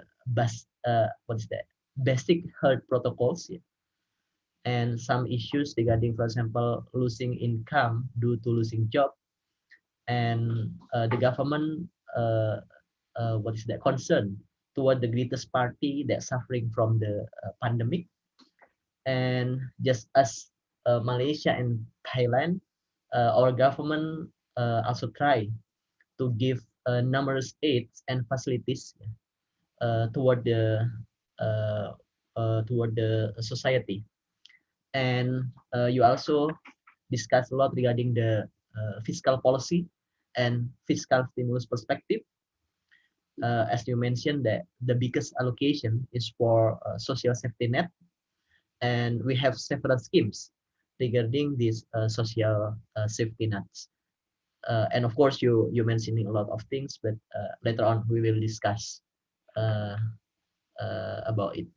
Thank you so much, Bapak Dr. Fadilah Amin. And then next, ladies and gentlemen, we will move to the discussions of the international joint lecture. So the first discussions is my guru and my senior, Professor Samrit, Ajahn Samrit. You will be the first one as the discussions of this international joint lecture. Ajahn Samrit, please. Time is yours, Ajahn. Okay. Thank you very much, Dr. Oscar. So I would like to thanks on the presenters of today's topic, because when I have listened to your presentation, I must express my thankful to your lecture, because I have got a lot of information, especially those of COVID-19 in Malaysia and Thailand. Even though the timeline of COVID-19 in Indonesia, you don't mention it, but for Dr. Amin has already tried to tell something about the how to ameliorate or try to kill the problem of COVID-19 in Indonesia. Anyway, I would like to say for Professor Lukman, so you local election. I have to lecture because the name of the lecture is Public Governance, Management and Politics. In my opinion, I try to combine them, all of them together, but for your presentation, for the Dr. Lukman, so you talk about the like the kind of politics because of a local election, and try to say that there are some problem about the unitary state, right, in Indonesia, when you try to have election. I think because they have to follow the constitution. That's right.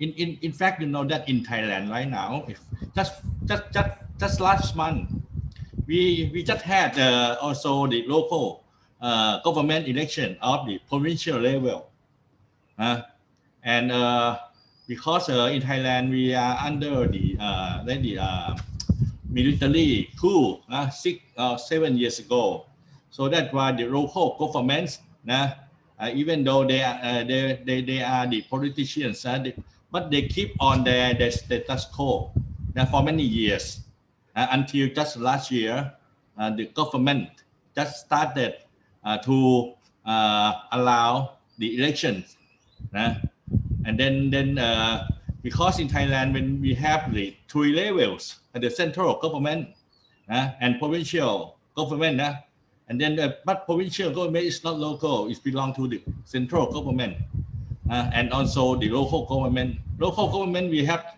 many levels, like provincial level. We also have, we call provincial organization administration, and also like the municipalities. See that. So when you talk about Indonesia and you talk about the politics of elections in case of unitary state, that make me quite interesting, because you know that in Thailand we are unitary state because the elections at all level organized by the central organization we call National Election Commission. Of course, they have some branch around the countries. When they try to have some election of local governments, they also have to supervise and inspect those elections as well. Anyway, I am talking about this because, in my opinion, when Dr. Nurat and Dr. Subir, when you talk about the COVID-19, you just try to tell us the timeline and also the government measure how to cope with the problem of COVID-19 pandemic. But I would like to add that when we talk about COVID-19, we should try to add some politics in those kind of implementation as well. For example, in Thailand,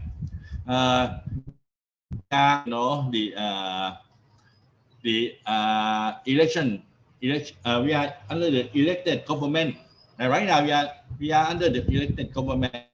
Have both the government and also the opposition party.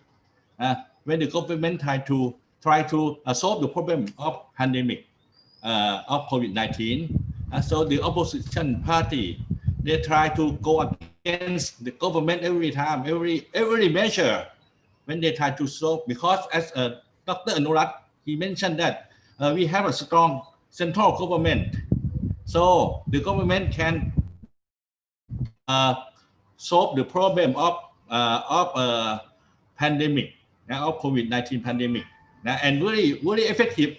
If we compare the casualties between Thailand and Malaysia, so I just got the newest statistical data. Yeah, can you hear me? Okay. Yeah, Chan. Okay, Yeah. Okay. Yeah. Okay. We can hear clearly. So the total, we have you know that the accumulated casualty right now is 11,000, only 11,000, and about 8,900 have already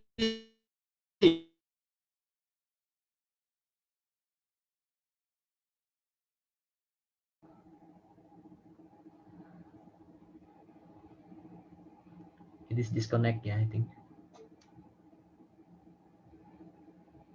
Hello, Ajahn Samrit?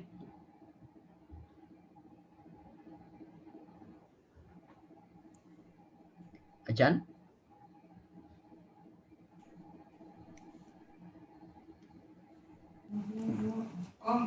I think it's disconnected, Yeah. unfortunately. It's disconnected.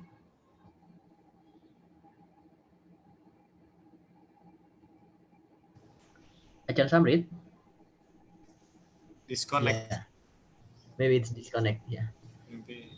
Sorry. Ajahn, could you unmute Ajahn?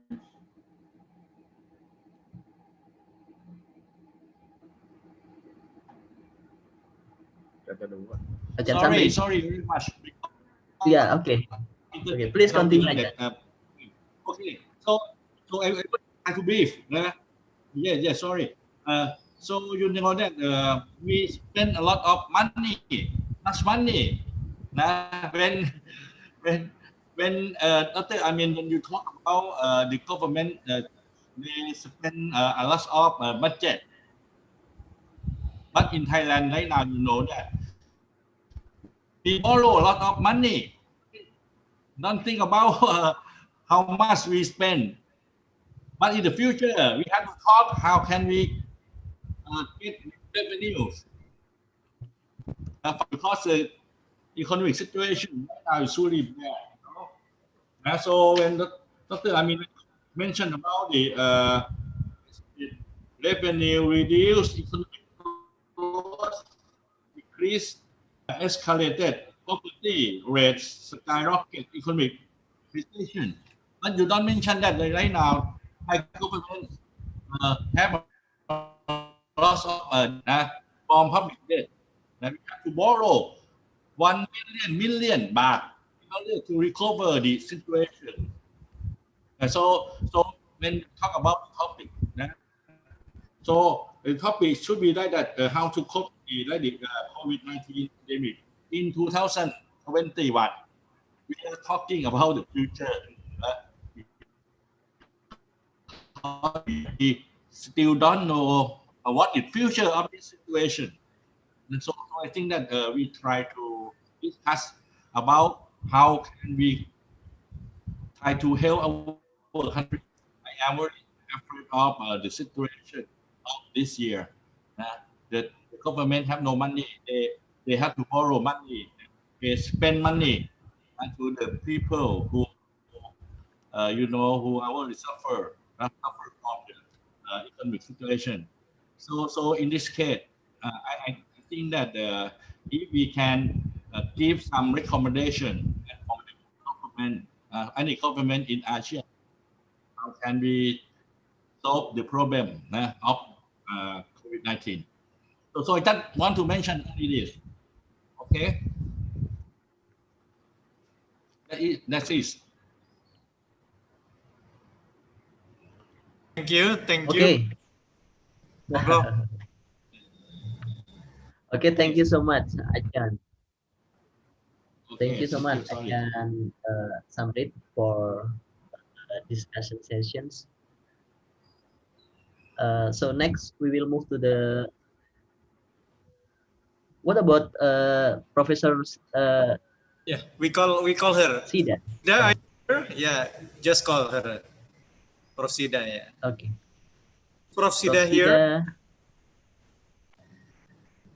Because she get accident 2 days ago, so I think she's not here. Yeah. Okay, Dr. Andi, thank you.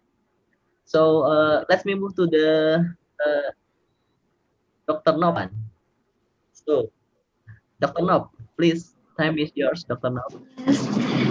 Thank you so much. First of all, I would like to thank you for committees to give the good opportunity to me for become the discussion in this event today. Usually, maybe I'm not full discussion for this event because 3 of the speaker are my lecturer. So I may share my opinion or what is I get from the presentation from 4 of them today. For the topic today, I think is related with the politics and also administration of the state organization. And if we look at the first presentation from Pak Lukman is about the politics and local election. The information make me would like to know more about what is the different role of the local government in Indonesia between normal situation and during COVID-19 situation. Maybe next time I can read your full paper or your article next time. But for the election of the local level in Thailand, we just have the last step one in the provincial level. I mean in the provincial administration organization. It is the biggest, the local organization in Thailand. We have the election on the 20 December 2020. That time we very lucky that we can run the general local election. The COVID situation at that time is under control at that time. So people can go to the election path and is complete and success at that time. And for the second speaker from Prof. Subin, I got the information is about the economic sector that usually when we face with the COVID situation, all countries have the economic problem. So from the presentation of Pak Subin, I can see the implementation of Malaysia government, and I think is quite same with the Thailand government that try to help the people that got the impact from the COVID pandemic, and also not only the people but also the worker, because a lot of worker is out of work, and also the business sector also. And from this presentation, it made me interested more about the implementation of the business sector of Malaysian case, that how they can help the business sector, or how the Malaysian government provide the policy for help business sector. From the case in Thailand, from Ajahn Anurag, usually the differences between the government measure from the first pandemic and the second pandemic is lockdown. That I got from Ajahn Anurag, that the first time is the national lockdown, and the second time the level is lower, is in provincial lockdown. And right now we are in the control period, and I hope it can be better. And even we have the many measures from the government to help the people in business sector and also in the society, but we still have the problem. So in this presentation, I would like to study or to find the information more about the obstacle of each measure. And the last one from Amin, usually is like the same case with Ajahn Anurag, but I can understand more, or can catch some presentation about the fiscal government. And from this one also, I think is the big problem of all countries that face with COVID situation right now. So even all countries face with the COVID situation right now, but on the other hand, I think we can see the beautiful things from this situation, like sharing to another people. And I hope that all countries can cope with this problem, and we all stay safe. Thank you so much. Okay, thank you so much, Dr. Napawan, for the discussions. So next, we will have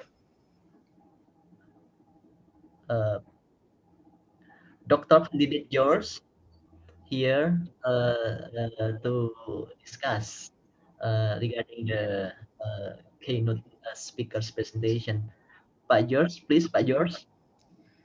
Hello, good afternoon, everyone, especially Professor Bambang Supriyono, the Dean, and also Professor Mochamat, Professor Anti, Pak Luman, Pak Fadila, Pak Afi, and my professors there, and also Professor Supir, and also Professor Anurag, and all the resource speakers and all the participants and everybody, good afternoon.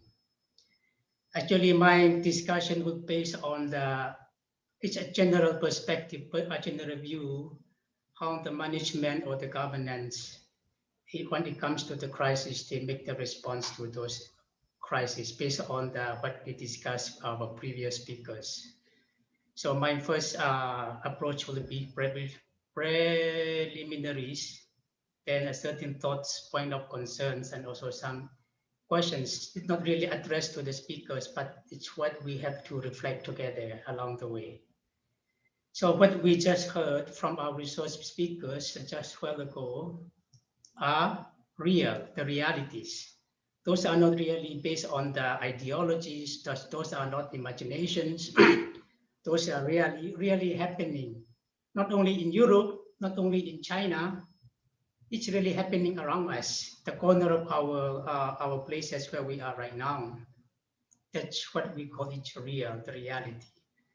And what we have seen and what we have witnessed, that this COVID-19 is killing and claiming many lives. Among them, some of us lost even our friends, even our relatives. Not only that, it's also spreading human sufferings, suffering of sickness, not necessarily infected with that virus, suffering of sickness, suffering of fears, suffering of panic, paranoid, anxiety, and all of us are disoriented. So because we are required to stay at home, sometimes alone, keeping distance from our friends, even from our own family members. That's practically what we call we become paralyzed. We cannot do anything. So not only that, this COVID-19 is more than our health crisis. It is also causing a human economic and social crisis. That's why we experience locking down ourselves, locking down of the family, locking down of the society, community, region, or even our nation as well. No one is exempted because of this COVID-19 pandemic. So these realities caused by COVID-19 pandemic actually uncover and expose in our own eyes, as we just know and see, who are the real leaders in our own respective governments, private sector organizations, and other forms of leadership.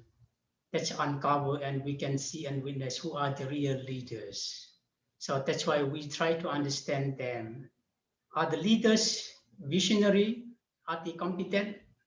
Are they really accountable, transparent, collaborative, effective, or are they sufficient? Based on how do they care about their constituents? That's basically how we view from the perspective of governance, management, and even politics. That's all about what we are listening this whole afternoon from our lecturers, even the speakers, and also the commentators. Governance, management, and politics in the era of COVID-19 pandemic. So how each government took initiatives in response to this pandemic crisis, like Thailand, Malaysia, Indonesia, even Myanmar, and Philippines as well. It's very impressive to learn the success stories like Thailand or Malaysia, and of course also Indonesia and Myanmar in certain aspect. What they are doing are the most that they can do so far, that we can assure. By the way, I'm from Myanmar, but actually I'm residing right now in the Philippines, University of Santo Tomas, when I'm assigned and teaching, and also taking doctoral program in Wijaya University. So just to give justice to my country, in Myanmar, we are so lucky to have new form of leadership in the government this time, comprehensively managed by our leader Aung San Suu Kyi. If not, I could not imagine we might be in the worst situation. So what we know about Myanmar now is the best shape we could ever have, compared with decades of the past. We have been under the military dictatorship for many years, more than 60 years. But now we are lucky. During this pandemic, new form of government at least managed to control, protect, and prevent. And at least people are following and obeying and listening to the instructions. That's the good side. And we are so far lucky compared with the worst situation in the past. So some points of thoughts. So every crisis offers us lessons that we can learn. Like 6 R's from the Dr. Ahmad Subil during his presentation. It's the strategic plan of Malaysian government: resolve, resilient, restart, recovery, revitalize, and even reform. That is a sign that we always have hope to continue to live. So we should never give up in those kind of challenges or crises. So we are happy that finally we have the vaccines already available in the markets. But we have to understand that vaccines are only medical solutions. Medical solution is not the same as economic and social solutions. So obviously this pandemic actually has systematically damaged our economic, our business, even our social relationships. Systematically damaged. That's why such systematic damage requires also systematic repair, which requires and challenges the principle of governance and leadership styles. So that's why our leaders in different sectors should make sure that they are ready to face the new challenges and even better opportunities. So at least we have learned from this pandemic, at least what is valuable, what is really essential to us, and what is or what are not valuable, what are not essential. This also teaches us how we should become humble, because we have no control what happened in the world. The area of control we have is only to make a choice. That's what we can make the choice. We can choose to get better or to get worse. What we prefer. That's based on the choice that we have to make. And then a couple of concerns, some questions. It's addition to the 6 R's from Dr. Ahmad Subil. The leaders are actually challenged to reassess, renew, and also recharge their leadership skills. So it's the fact that all of us are physically tired. Everybody, nobody is exempted. Emotionally down, mentally exhausted, and much more for the leaders in all sectors. So because those leaders have double and triple responsibilities to provide care and safety for their people, their families or communities, even themselves as well. So to be a leader is actually not an easy job. So most of those leaders have discovered, at least, that such experiences renew them to become more resilient person. So resilient here is not what they have, it's actually what they are doing. That's why small or little might be, but small daily rituals or habits or attitudes that we are doing might renew us or them as a profound impact to cope with situations of stress, difficulties, or challenges, especially this time of pandemic. And everything actually starts from oneself. Although we might be talking about very big issues, global or even the nation level, but everything starts from ourselves. That's what we have to remember. That's why we have to nurture and strengthen our physical needs. We need to eat well, to sleep well, rest well, and relax. Time to enjoy ourselves, balancing our own emotions in positive manners, such as being grateful to what we have instead of complaining, being compassionate, optimism, hope, humor, and joyful.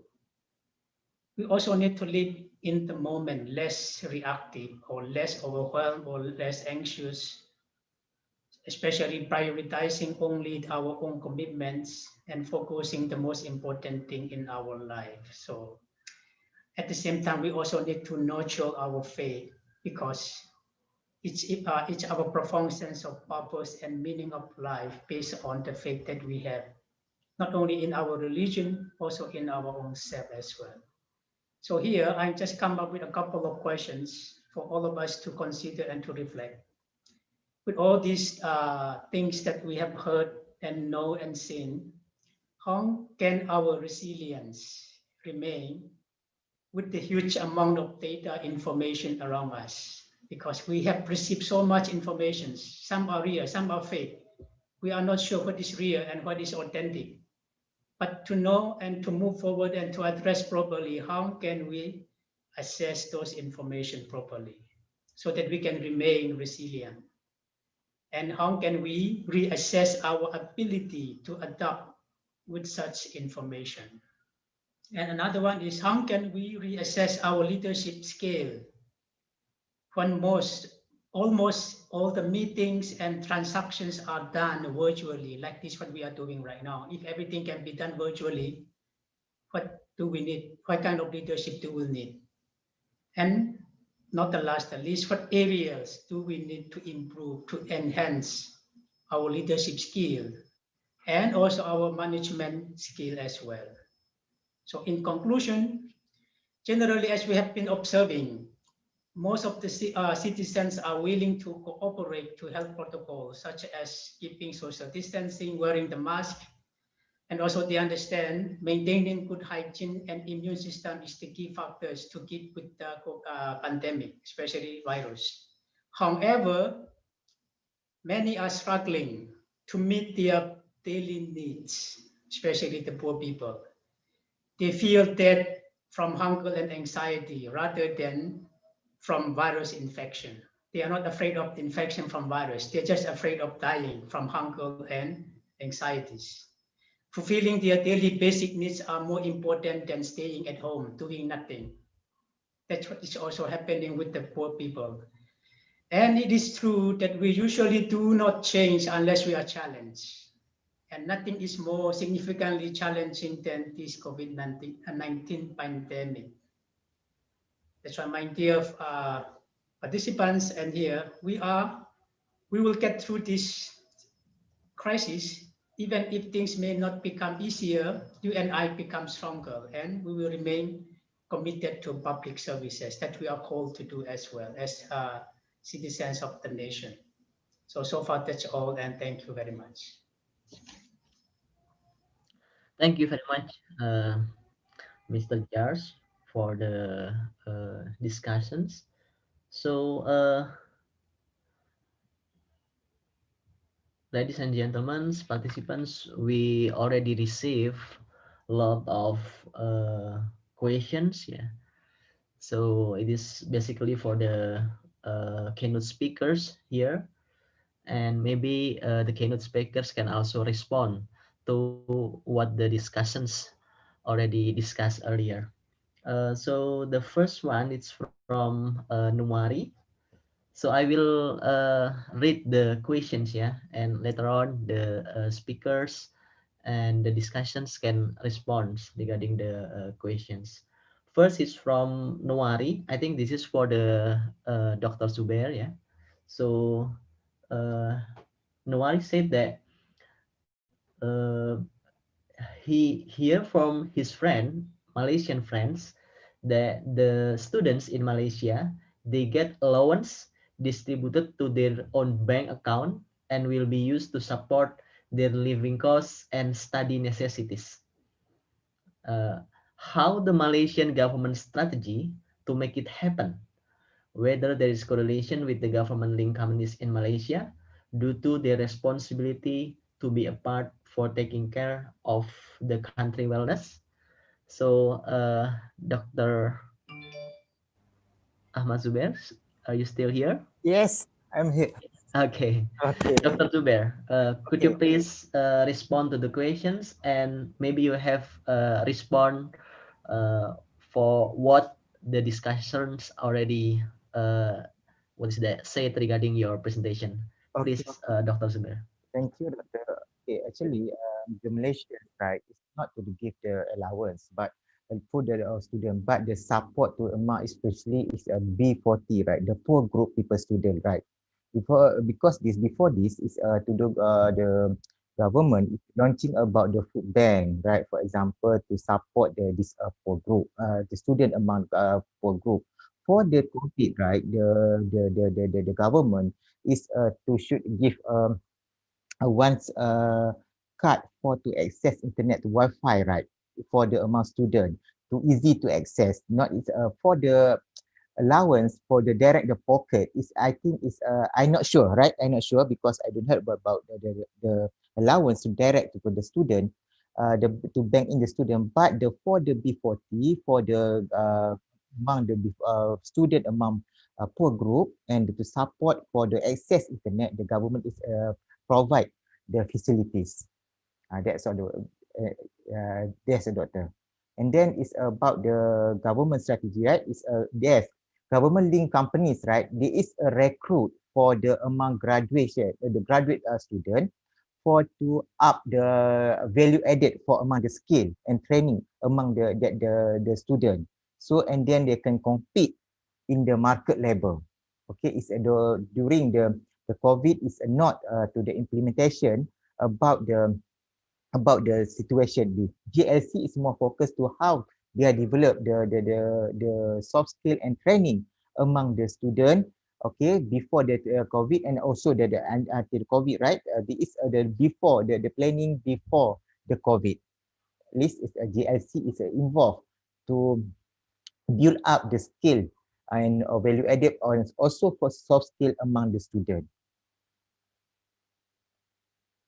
Okay. Okay, thank you, Dr. Zubair. So next, I think this is for Dr. Anurat and maybe Ajahn Samrit and also Dr. Mapawan.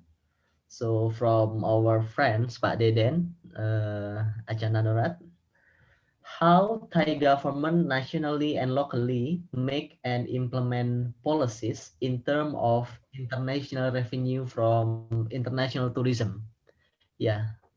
So as we know, Ajahn Anurat, Ajahn Samrit, and Dr. Nopawan, tourism is one of the sectors that impacted very seriously because of this COVID-19, including Indonesia, for example, Bali, and others places also impacted by this COVID-19 pandemic. And the question is how Thai, in terms of revenue from international tourism, fit solve these pandemic situations. So please, Ajahn Anurat.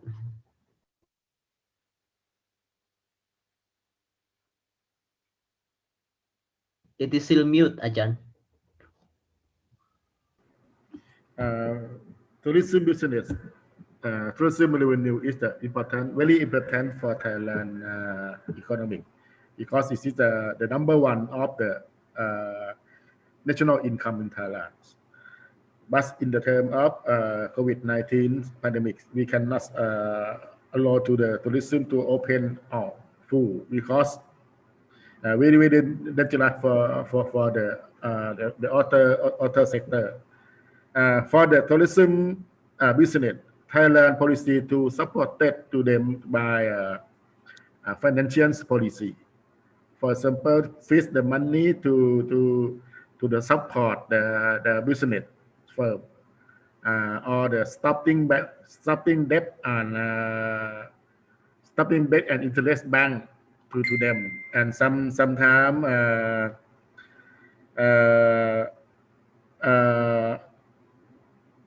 also they try to flexible the policy to the lockdown of the business tourism, so that I think we hope to the good condition in the tourism as soon as possible. Thank you. Thank you, Ajahn Anurat. And actually, there is other question from Lunarina Lubis. What policies of Thailand government takes to face the decreasing of Thailand tourism sector? So it means it's quite same actually, but specifically, I think not clear about the policies. Okay, Ajahn, please, Ajahn. Oscar, I think we not clear about the question because they have the problem about the sound. Again, please, Ajahn. So what policies of Thailand government takes to face the decreasing of Thailand tourism sector? Tourism sector. Yeah, policies for tourism sector. I think how to overcome the problem of tourism sector. I think that the same the last answer with me. I think this question I answer by the chat already, but I think the same answer that Pak Deden. Thailand helping the tourism by the financial support policy, like give the money to the business, give money to the restaurant, give the money to the tourism place, and promote the last time when the first wave finished, the domestic tourism, right? The conference from the government go to the everywhere to the province. The government have a conference to the many hotel, many that. But after second wave we stop again. Okay. Yeah. Okay. Okay, Achan. Thank you. Dr. Oscar. Giving money, yeah. Yeah. Dr. Oscar. Yeah. Okay. Please, Achan, submit. I give some comment about the policy, the Thai government policy to support those and restaurant and for tourists. So I think you know that sometimes the operator of the hotels, there are different conflicting ideas about the government policy. So if there are no guests living in hotel, so the owner of the hotel, someone would like to keep on operation, but some hotel would like to cut down. Why? Because the employees, they could not get the compensation, something like that. For the current situation of tourism, I think very few tourists they come to Thailand. They have try to maintain, to keep on the status quo. So that even though one policy to give money to the who are affected, so we still have some difference. So I think in my opinion, how can we try to cover the tourism in Thailand? So this is a very big problem. Okay. Okay, Okay. Oscar, I keep my information from Professor. Yeah, in the question, in the answer of Professor Samrit, in Thailand after the first wave of COVID, the government tried to promote Thai tourism by Thailand people. We have the project Thai tour Thai together. Government pay half the money, and the people pay the half money to go anywhere, to Samui, to Pattaya. The hotel discount the price, and the government support the money to the hotel. Have the campaign of half. People pay half. People pay half, government pay half to buy something, to buy hotel anywhere. This is the campaign to promote the tourism in Thailand now. But they are aware to the international tourism, so that they don't need to promote the international tourism, but they promote inside tourism. Yeah. Okay, very interesting. Okay, thank you, Achan. Dr. Nob, do you want to add something?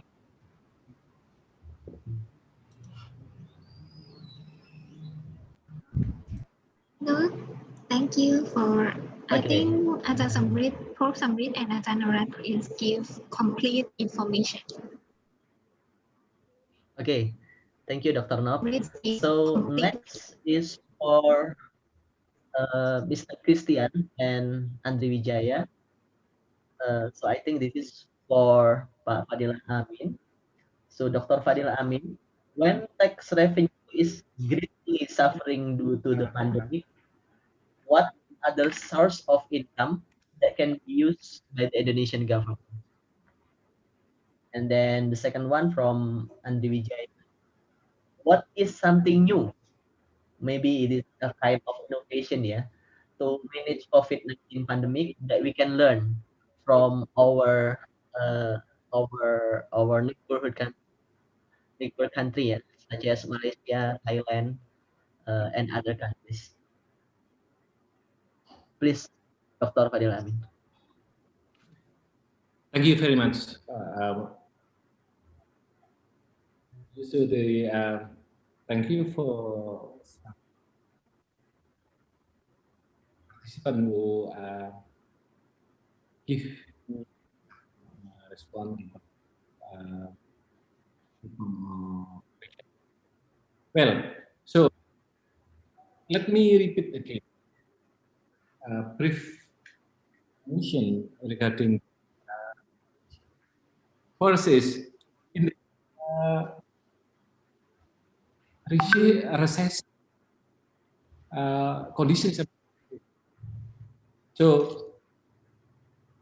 in this situation, the purchasing power decreased significantly, and also that's why it is conducted by people with quality in so I mean through social scale, and also we help people decreasing burden of. So this strategy is by decreasing the burden.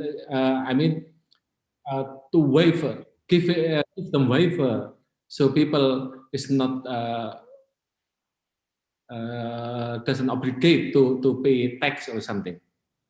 So of course, this strategy give the consequence for government. That is, government will lose income or revenue from particularly from the tax. So that's why the some alternative to compensate this thing. At least in my point of view, there are at least five ways, maybe more. But there is no simple ways to get alternative income for the government. First is, I can mention it in here, is optimizing revenue from natural resources, like selling oil and selling coal or wood or something. But it is risky as well for our nature. And also the second way is maximizing revenue from trading, particularly for international trading. However, in this pandemic situation, something like this, almost all countries around the globe are suffering because of this pandemic. So I think it is very struggle as well to enhance the income from this kind of trading. And also the third way is attracting people to come here, tourists, particularly for tourists. But again, under the pandemic circumstance, something like this is very, very struggle as well to optimize the tourism sectors. So again, it is very, very, very challenging as well. The fourth way is creating or issuing the new money, but it has to be extra carefully done. Otherwise, we will be trapped into inflation or something. Getting the printing the new money or something. And then also the fifth way is getting fund from outside in terms of debt, international debt or something. So it is again loan or debt. It is not good, totally not good for our national economy. So that's why what I want to say is that among these ways that is I already mentioned earlier, it potentially gives some crucial risks as well. So that's why as I explained before, that what already conducted by Indonesian government is very risky and is very expensive, because Indonesian government simultaneously give some stimulation for people in order to increase their purchasing power in terms of give some cash or cash aid or something. And also in the same period, they also give some tax facilities to waive people to not pay tax or something. So the Indonesian government has already sacrificed the great amount of money. So that's why, as I mentioned earlier, it is very big gambling actually. So there is no option in order for this kind of strategy become successful. We have other sectors, as I mentioned before, business sectors and maybe universities as the intellectual people or something, and also the important parties is community or people themselves. They have to fully support this kind of strategy. Otherwise, this very huge amount of money will be useless, will be wasteful. There is no any impact, or there is no any useful. And also, sorry, I also respect from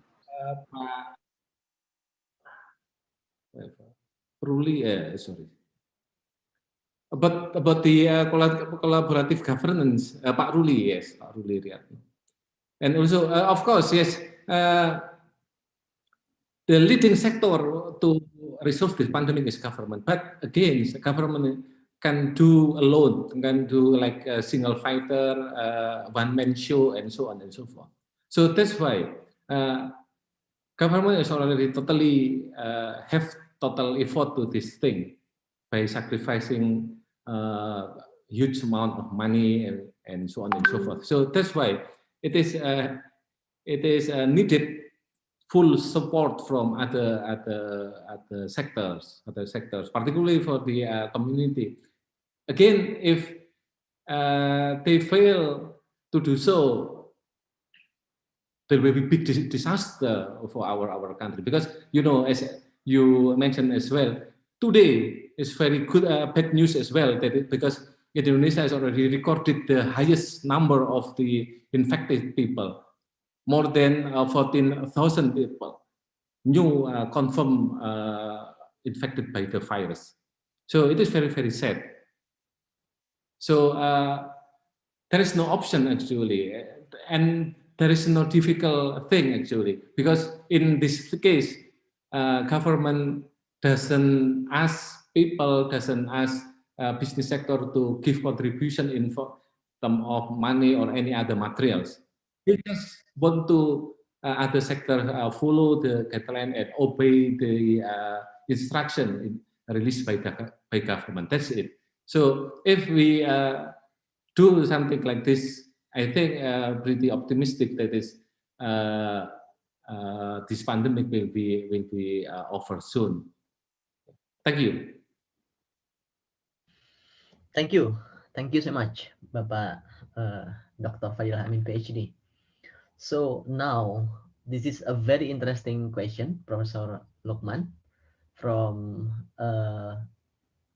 Lunariana Lubis again. So she said, how is the administrative procedure of local general election must be implied to replace the current system that is dominated by by a political interest? Because according to her opinion, the current general election system is better compared to old era, maybe cement a new order era, because people directly can choose their leader they want instead of the weakness that must be solved. And maybe previously, Professor Amrit also comments, your presentation, Professor Rukman. Could you please give comments, response, and feedback? Thank you very much for the questions. I hope I can answer in the last 10 minutes. First of all, to Professor Asamred, who mentioned that the local election is also implied or conducted in Thailand. But I believe, as it is in Indonesia, local elections in these two countries are recent, very recent. In Indonesia, it was begun in 2005. And before that, local election, it did not exist. In Thailand, it's more recent. It's more recent than in Indonesia, as already told. And as far as I'm concerned, my research on the way by which the local election was conducted was not as the last question you mentioned, that this election is much better than ever before. No, there is not that. There have been some criticism to the local elections. The last one was exposed by two high-rank officials in Indonesia, the Minister of Domestic Affairs and Minister of Politics, Law and Security. The two officials concluded that local election was high cost, very, very high cost, lead to violations against the rule and wasting the energy. The result as a whole is not positively contributing to the development of Indonesia's politics. And also this view, in fact, is shared by many, not only those who are from the government, but the public also share the view that almost all violations against the rule, corruption, and so on, was committed by local heads. Certainly, there are some local heads who have a good performance, but I think most of them have to commit violations against the rule. Why? Because local election is very expensive. Not until you have some big amount of money can you run the candidacy. For example, the Minister of Domestic Affairs mentions that to run the candidacy, you need to have at least 30 billion rupiah. That's quite a lot of money. That cannot be fulfilled until you finish up your job, your time. So the only way to provide the money is by involving, let's say, big boss behind you, and then during your office, you steal or you corrupt something in order to get something to pay the loan in return, and then after that you will have nothing. So in general, I may say that in fact, not only COVID-19 has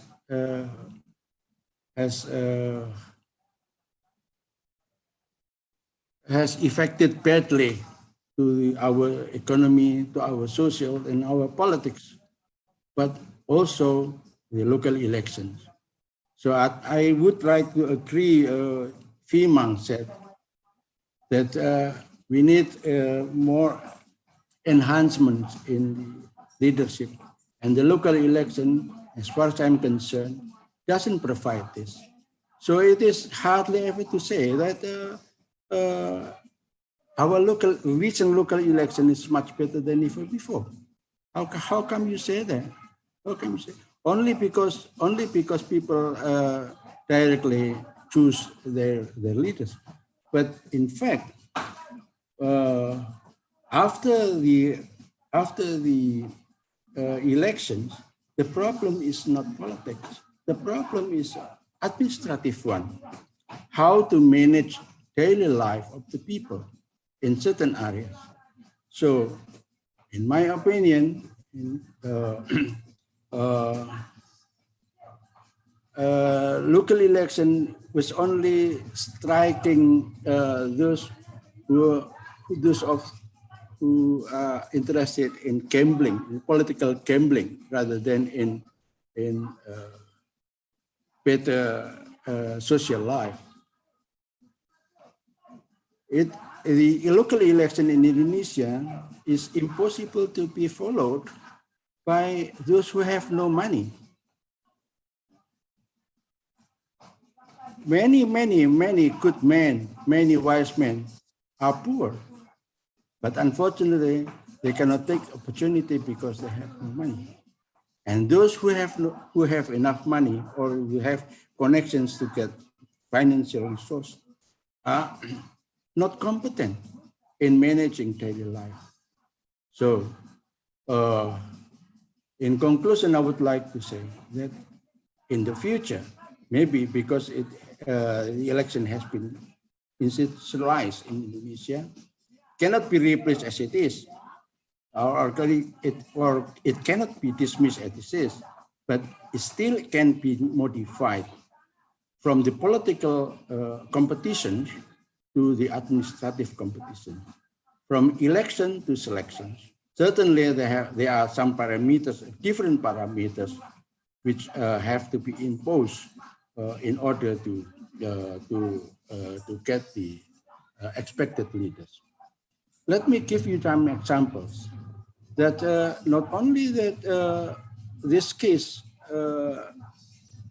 conducted in Japan, for example, but also has been for such a long time implemented in France and also in Britain. Many of government officials in France, local government in France, are not elected. Instead, they are selected by the central government. That's more harmonious in terms of the unitary states can perform like France, Britain, and other countries. I think the question of how we can replace this kind of system, I think we can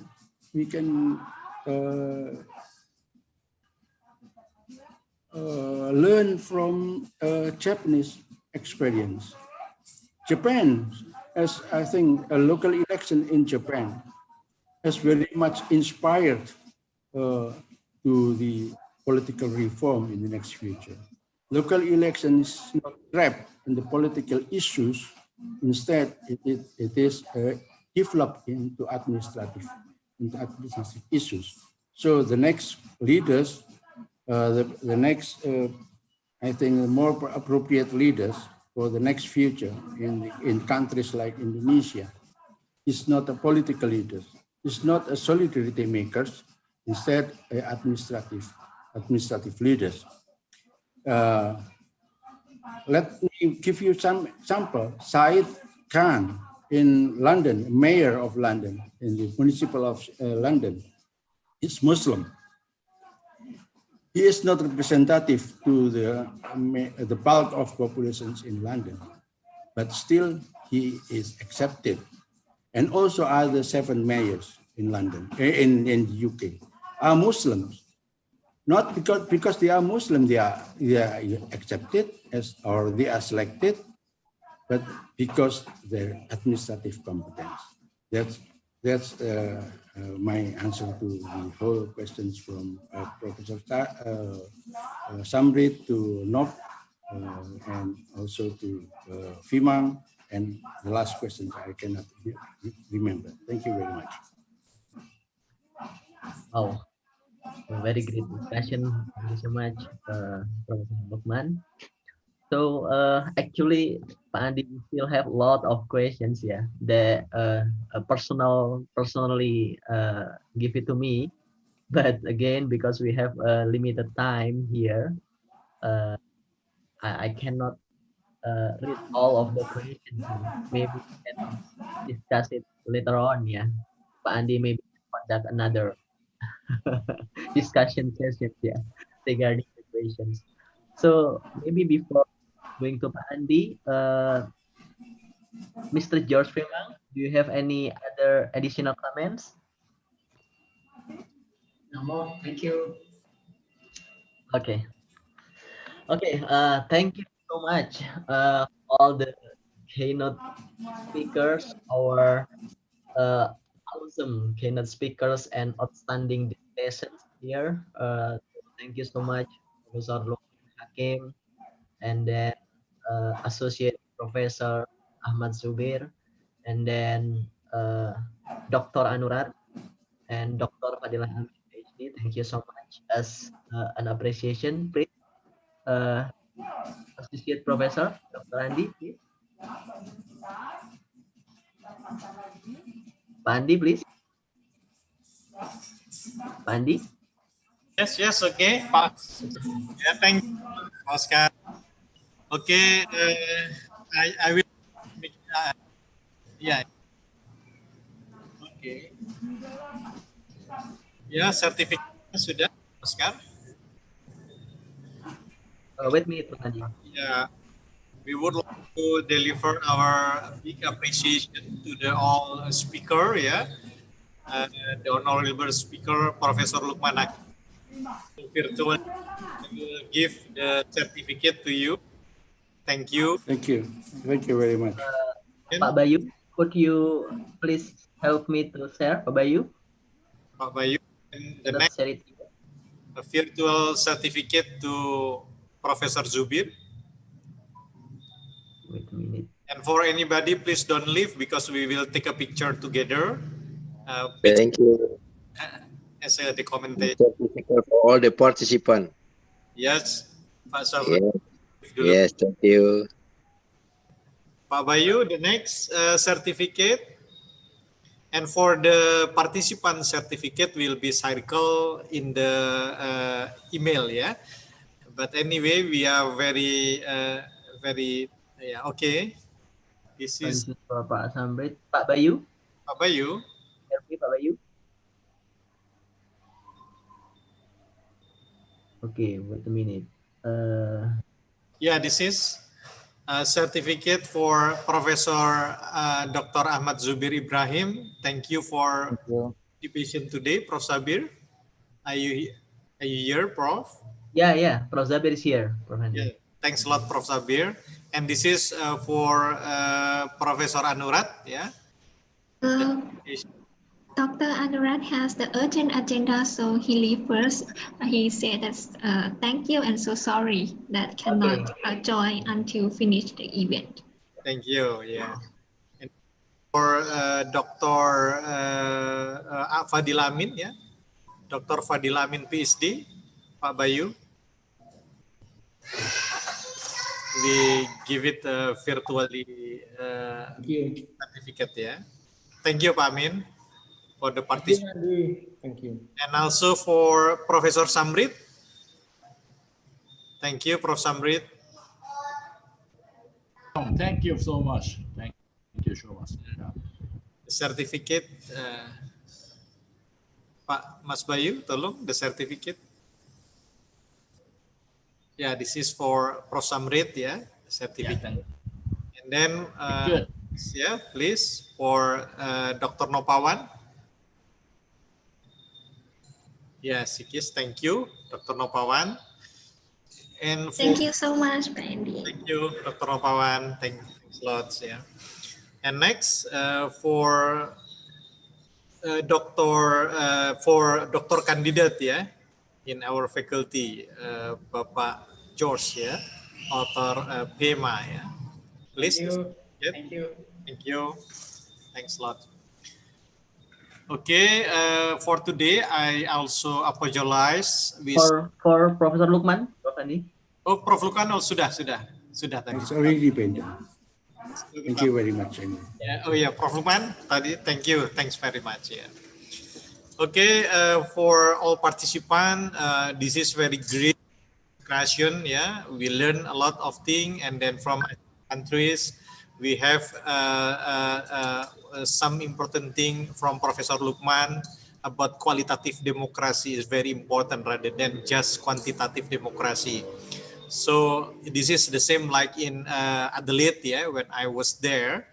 I looked at the mayor of the Adelaide city is originally from Chinese Malaysian person, but he can be a mayor in the Adelaide city. It's meant the democracy of, in the level of qualitative democracy, not see in terms of not see in terms of nepotism, yeah, collusion, but in terms of the competency of the person. Yeah, this is I think the most important thing. And also the message from Prof. Lukman, and the next also from Professor Zubir. I think that's very good input from of Malaysia, how the implication of COVID-19 to the economic aspect, yeah, to the labor, to the anything of economic and social aspect. And there are some government program, yeah, like Prihatin, and yeah, it's also Indonesian word, yeah, Prihatin, Professor Zubir. So we learn also from the next presenter, from Anurat, yeah, very important about the three wave in Thailand case, yeah, the first, the second, and the third wave in terms of COVID, and then how they survive, yeah, how to handle the current situation, including tourism is the main source come in Thailand, but still have something to do for the future. And also from Pak Amin, yeah, from Pak Fadila Amin, talking about collaborative government. Yeah, this is very good approach. Yeah, how the collaborative government involving government itself, and then society, community, and also media and academici from the university. Yeah, the three pentalic side, yeah, work together to solve the COVID-19. Okay, everyone, anybody, this is our discussion today, and we will meet again next February, 24 February. 24 February in the night, yeah, Jakarta time, because we collaborate with University of Brasilia, and in March we will collaborate with University or Trento University. We already achieved some agreement that in the March will be discussion with Trento University, Italy, and we will also invite collaboration with Southeast Asian University. Yeah, we will ask some people who maybe can be a company to company as a discussion or presenter to this event or this forum. I hope this forum next will be the world forum, yeah, not only the local forum in Southeast Asia, but this has become the world forum. And of course, this is a social gathering activity, so no charge for this. Yeah, we share our knowledge, share our understanding, and then we give together, yeah, what we can contribute to the world, yeah, about the current situation and the next situation. That's all, Bapak Ibu sekalian. So convenience, and next time we will make it better, because this is the experience. Maybe we will enlarge or expand the Zoom link. Yeah, now it's only 300, but the applicant is 700, and not all of them can get access, yeah, into and YouTube also have a problem, I hear. Okay, so next we will expand until 100,000, yeah. But I worry if all our partner join together, this will be crowded if we don't expand our capacity. Thanks a lot for the panitia, especially for the organization committee who work very hard, yeah. Thanks a lot, and especially for my moderator, yeah. Thank you, and also as a MC cannot work maximally. Okay, thank you. We give it back to moderator Pak Oscar. Okay. Assalamualaikum warahmatullahi wabarakatuh. Waalaikumsalam warahmatullahi wabarakatuh. Thank you so much for your nice words, Professor Andi. And I think it's already concluded, yeah, all of our plenary speakers and discussants today. But before we close our sessions, please everyone turn on your camera because the committee will take photo sessions, yeah, and we will slowly, yeah, the photo because it will be 9 slides photo sessions. Yeah, because we have a lot of participants here. So please, Pak Hefri and Pak Bayu, please help us to take the picture. Kamerawan, siap kamerawan? Okay. I will try also take the picture. So this is the first slide. Okay, thank you. This is the second slide. This is the third slide. This is the fourth slide. The fifth slide. Sixth slide. The seventh slide. 8 slides. And the 9 slides. Okay, finish. Okay, thank you so much, all of the presenters, discussants, and participants.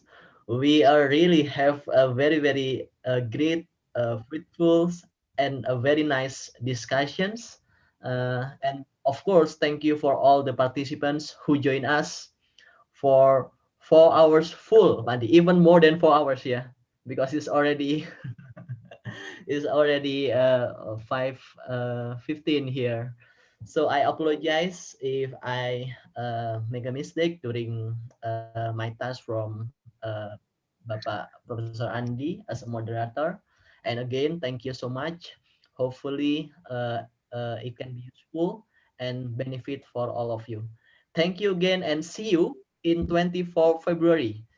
Don't forget, we will see you and at 24 February, and we will have maybe around 1,000 participants, yeah, because today we have 700 registered participants already. Okay, thank you so much, everyone. From Brazil. Yeah, Thank you very much. Thank you, Pandi. Thank you, Pak Professor Lukman. Agus Pramsinto, who Thank you. joined Thank you. Pandi. Thank you, Mrs. Orkar. Lukman.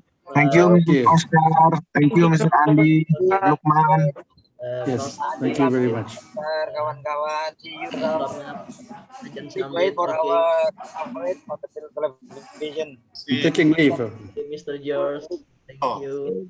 Luar biasa, Pak Andi, luar biasa.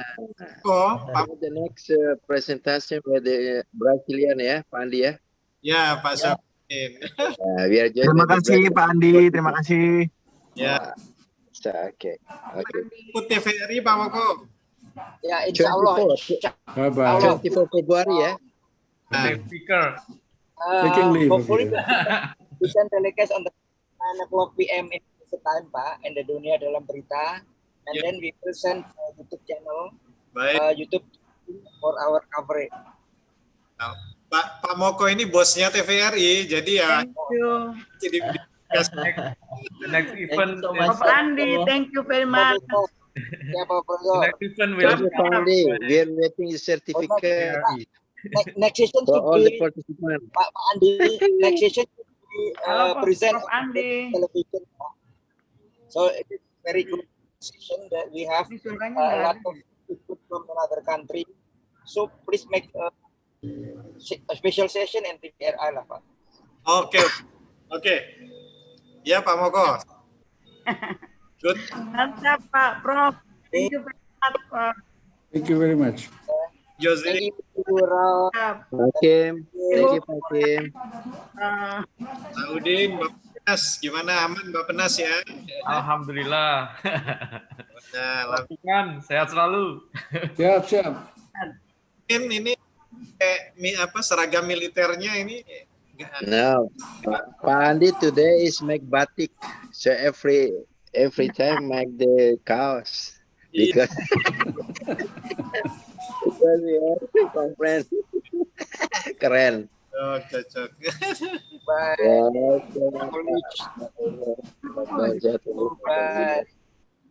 Lagi sakit ngapain sih Pak? Sampai 300-an ya orangnya, banyak ya, sampai 400-an. Ya mudah-mudahan lah. Nanti 24 Februari tambah banyak Andi. Ya ini kita perluas Pak itunya. Zoom-nya tambah tadi. Kalau besok dua universitas ya, Brazil sama. Tapi nanti Universitas Indonesia. Oh oke. Universitas Indonesia. Bandwidth-nya kayaknya harus minta sama Pak Arbut ini Prof tadi kayaknya agak tersendat-sendat di awal. Ya agak tersendat tadi awalnya jadi agak terganggu, losing time juga lumayan. Oke lah. MC apa? Signal ya. Ada Pak Oscar, MC-nya keren. Sayang tadi signalnya MC kurang bagus. Nah, makanya bisa pakai itu Pak Andi, Pak Arbut, Kominfo tuh minta tolong supaya coverage-nya lebih luas dan lebih banyak dan tidak terganggu. Lebarnya Pak Arbut. Arbut nanti minta tolong tuh 24 Februari kalau memang ada supaya coverage-nya lebih bagus dan tidak kehilangan waktu. Nah, betul. Nanti kan dari Kementerian Komunikasi ada kita. Yes. Pak Ari Budi, Prof. Itu Pak Ari Budi. Ada di sini, Prof. Andi. Mana Mas? Tengah ya. Pak Arbut. Ya, saya siap. Pak. Ya. Komunikasi dan informatika tolong di backup ya. 24. Di backup. Oh ya. Nanti 24 Februari. Kalau ada yang bisa handle 1.000 partisipan, 1.000. Ya. Karena kemungkinan di Eropa banyak yang ikut ini, partner kita dari Eropa. Nah, semakin banyak yang ikut, semakin besar sertifikatnya itu, Pak Arbut. Itu yang paling penting. Ya, Pak Oscar. Coba, Maman. Ya, nanti coba saya ini koordinasikan, Prof. Ya. Nah, makasih. Kalau agak susah nanti kita yang ngomong. Ini saya juga baru bisa masuk Zoom tadi, ikutnya lewat YouTube tadi saya. Soalnya penuh. Iya. Ya itu makanya ya harus harus diimprove lah kualitasnya untuk yang tanggal 24 bulan depan itu. Iya. Iya, kan kita ngundang orang-orang luar itu. Iya. Harus pakai 500 atau 1.000 gitu. Gitu itu ya? Harus bayar lagi. Ya. Zoom link juga atau gimana? Ada suggestion nggak yang lebih bagus? Zoom bisa di-expand sampai 1.000 juga. 1.000. Oh ya. Kalau keadilan online kemarin tuh juga 1.000. Pakai punyanya PWNU Jawa Timur. Oh iya. Cuma mungkin settingan untuk narasumber segala macam bandwidth-nya harus disetting kayaknya. Biar tanggal 20 aja. Narasumber tanggal 20 Februari itu before the event cek supaya bisa bagus gitu loh, supaya bisa tercover semua, supaya menarik kan. Pokoknya intinya semakin banyak partisipan, we can take the big certificate. Oke, Panli? Gitu. Iya, tuh kan. Tapi saya cari punya Pak Sabrudi, Pak Rudi nggak ada. Ini tadi sertifikat udah daftar belum Pak Rudi? Udah, saya paling awal, Dikit saya cek lagi ya. Dikit lagi Pak Rudi jadi speaker nih. Oh iya. Sudah siap-siap Pak Rudi. Tinggal pakai batik aja. Meskipun belum Tadi daftar, udah mau nanya, kita cuma nggak enak kan. Iya. Ya, alhamdulillah lah, lumayan. Mudah-mudahan keren lah. Makasih loh Profesor Andi sudah mensupport kita semua, mudah-mudahan kita semua. Sama, sip. Ya, selalu. Izin Pak Andi, terima kasih mendahului Pak Oscar, terima kasih teman-teman. Polisi mau kemana tuh? Jalan terus Pak Nur Ihsan itu. Ngantar dulu anak-anak. Oh. Izin Pak, duluan Pak, terima kasih. Monggo. Assalamualaikum. Waalaikumsalam warahmatullahi wabarakatuh. Ya, Saya mau keren juga. Pokoknya tanggal 24 lah Pak Arbut, minta kalau ada kendala segera dikonsultasikan supaya hasilnya maksimal. Iya, Kan iya, masih siap. lama. Iya. Kalau memang harus apa nanti supaya saya bilang gampang itu. Kan provider apa yang bisa dipunya sama Kominfo kan. Nanti bila perlu nanti dalam satu pembicara itu dititip pesan aja nih salah satu provider kebanggaan Indonesia apa gitu. Nah, gitu gampang kan orang luar negeri. Itu gampang lah. Kita ngadain acara gitu. Sambil intip dulu linknya apa yang ada di kantor Pak Arbut yang bisa mencakup 1.000 atau 1.250 peserta. Enggak, kalau bisa di-expand. Nambah. Terus di-expand dulu Zoom-nya. Zoom-nya di-expand. Kemudian yang kedua, kita biasanya menggunakan ini ada tim humas. Jadi ada mereka profesional gitu, bawa peralatan sendiri khusus sound system segala macam untuk jadi host gitu. Biasanya gitu. Ya udah nggak apa-apa ya, supaya asli ini kan pertama kita ini kan terlibat langsung sebagai peserta. Jadi mudah-mudahan tanggal 24 kita nggak tahu nih bila perlu nanti kan presentasi disertasi kita pakai ini juga, dia wisuda pakai ini juga nggak tahu ini. Ya, gitu.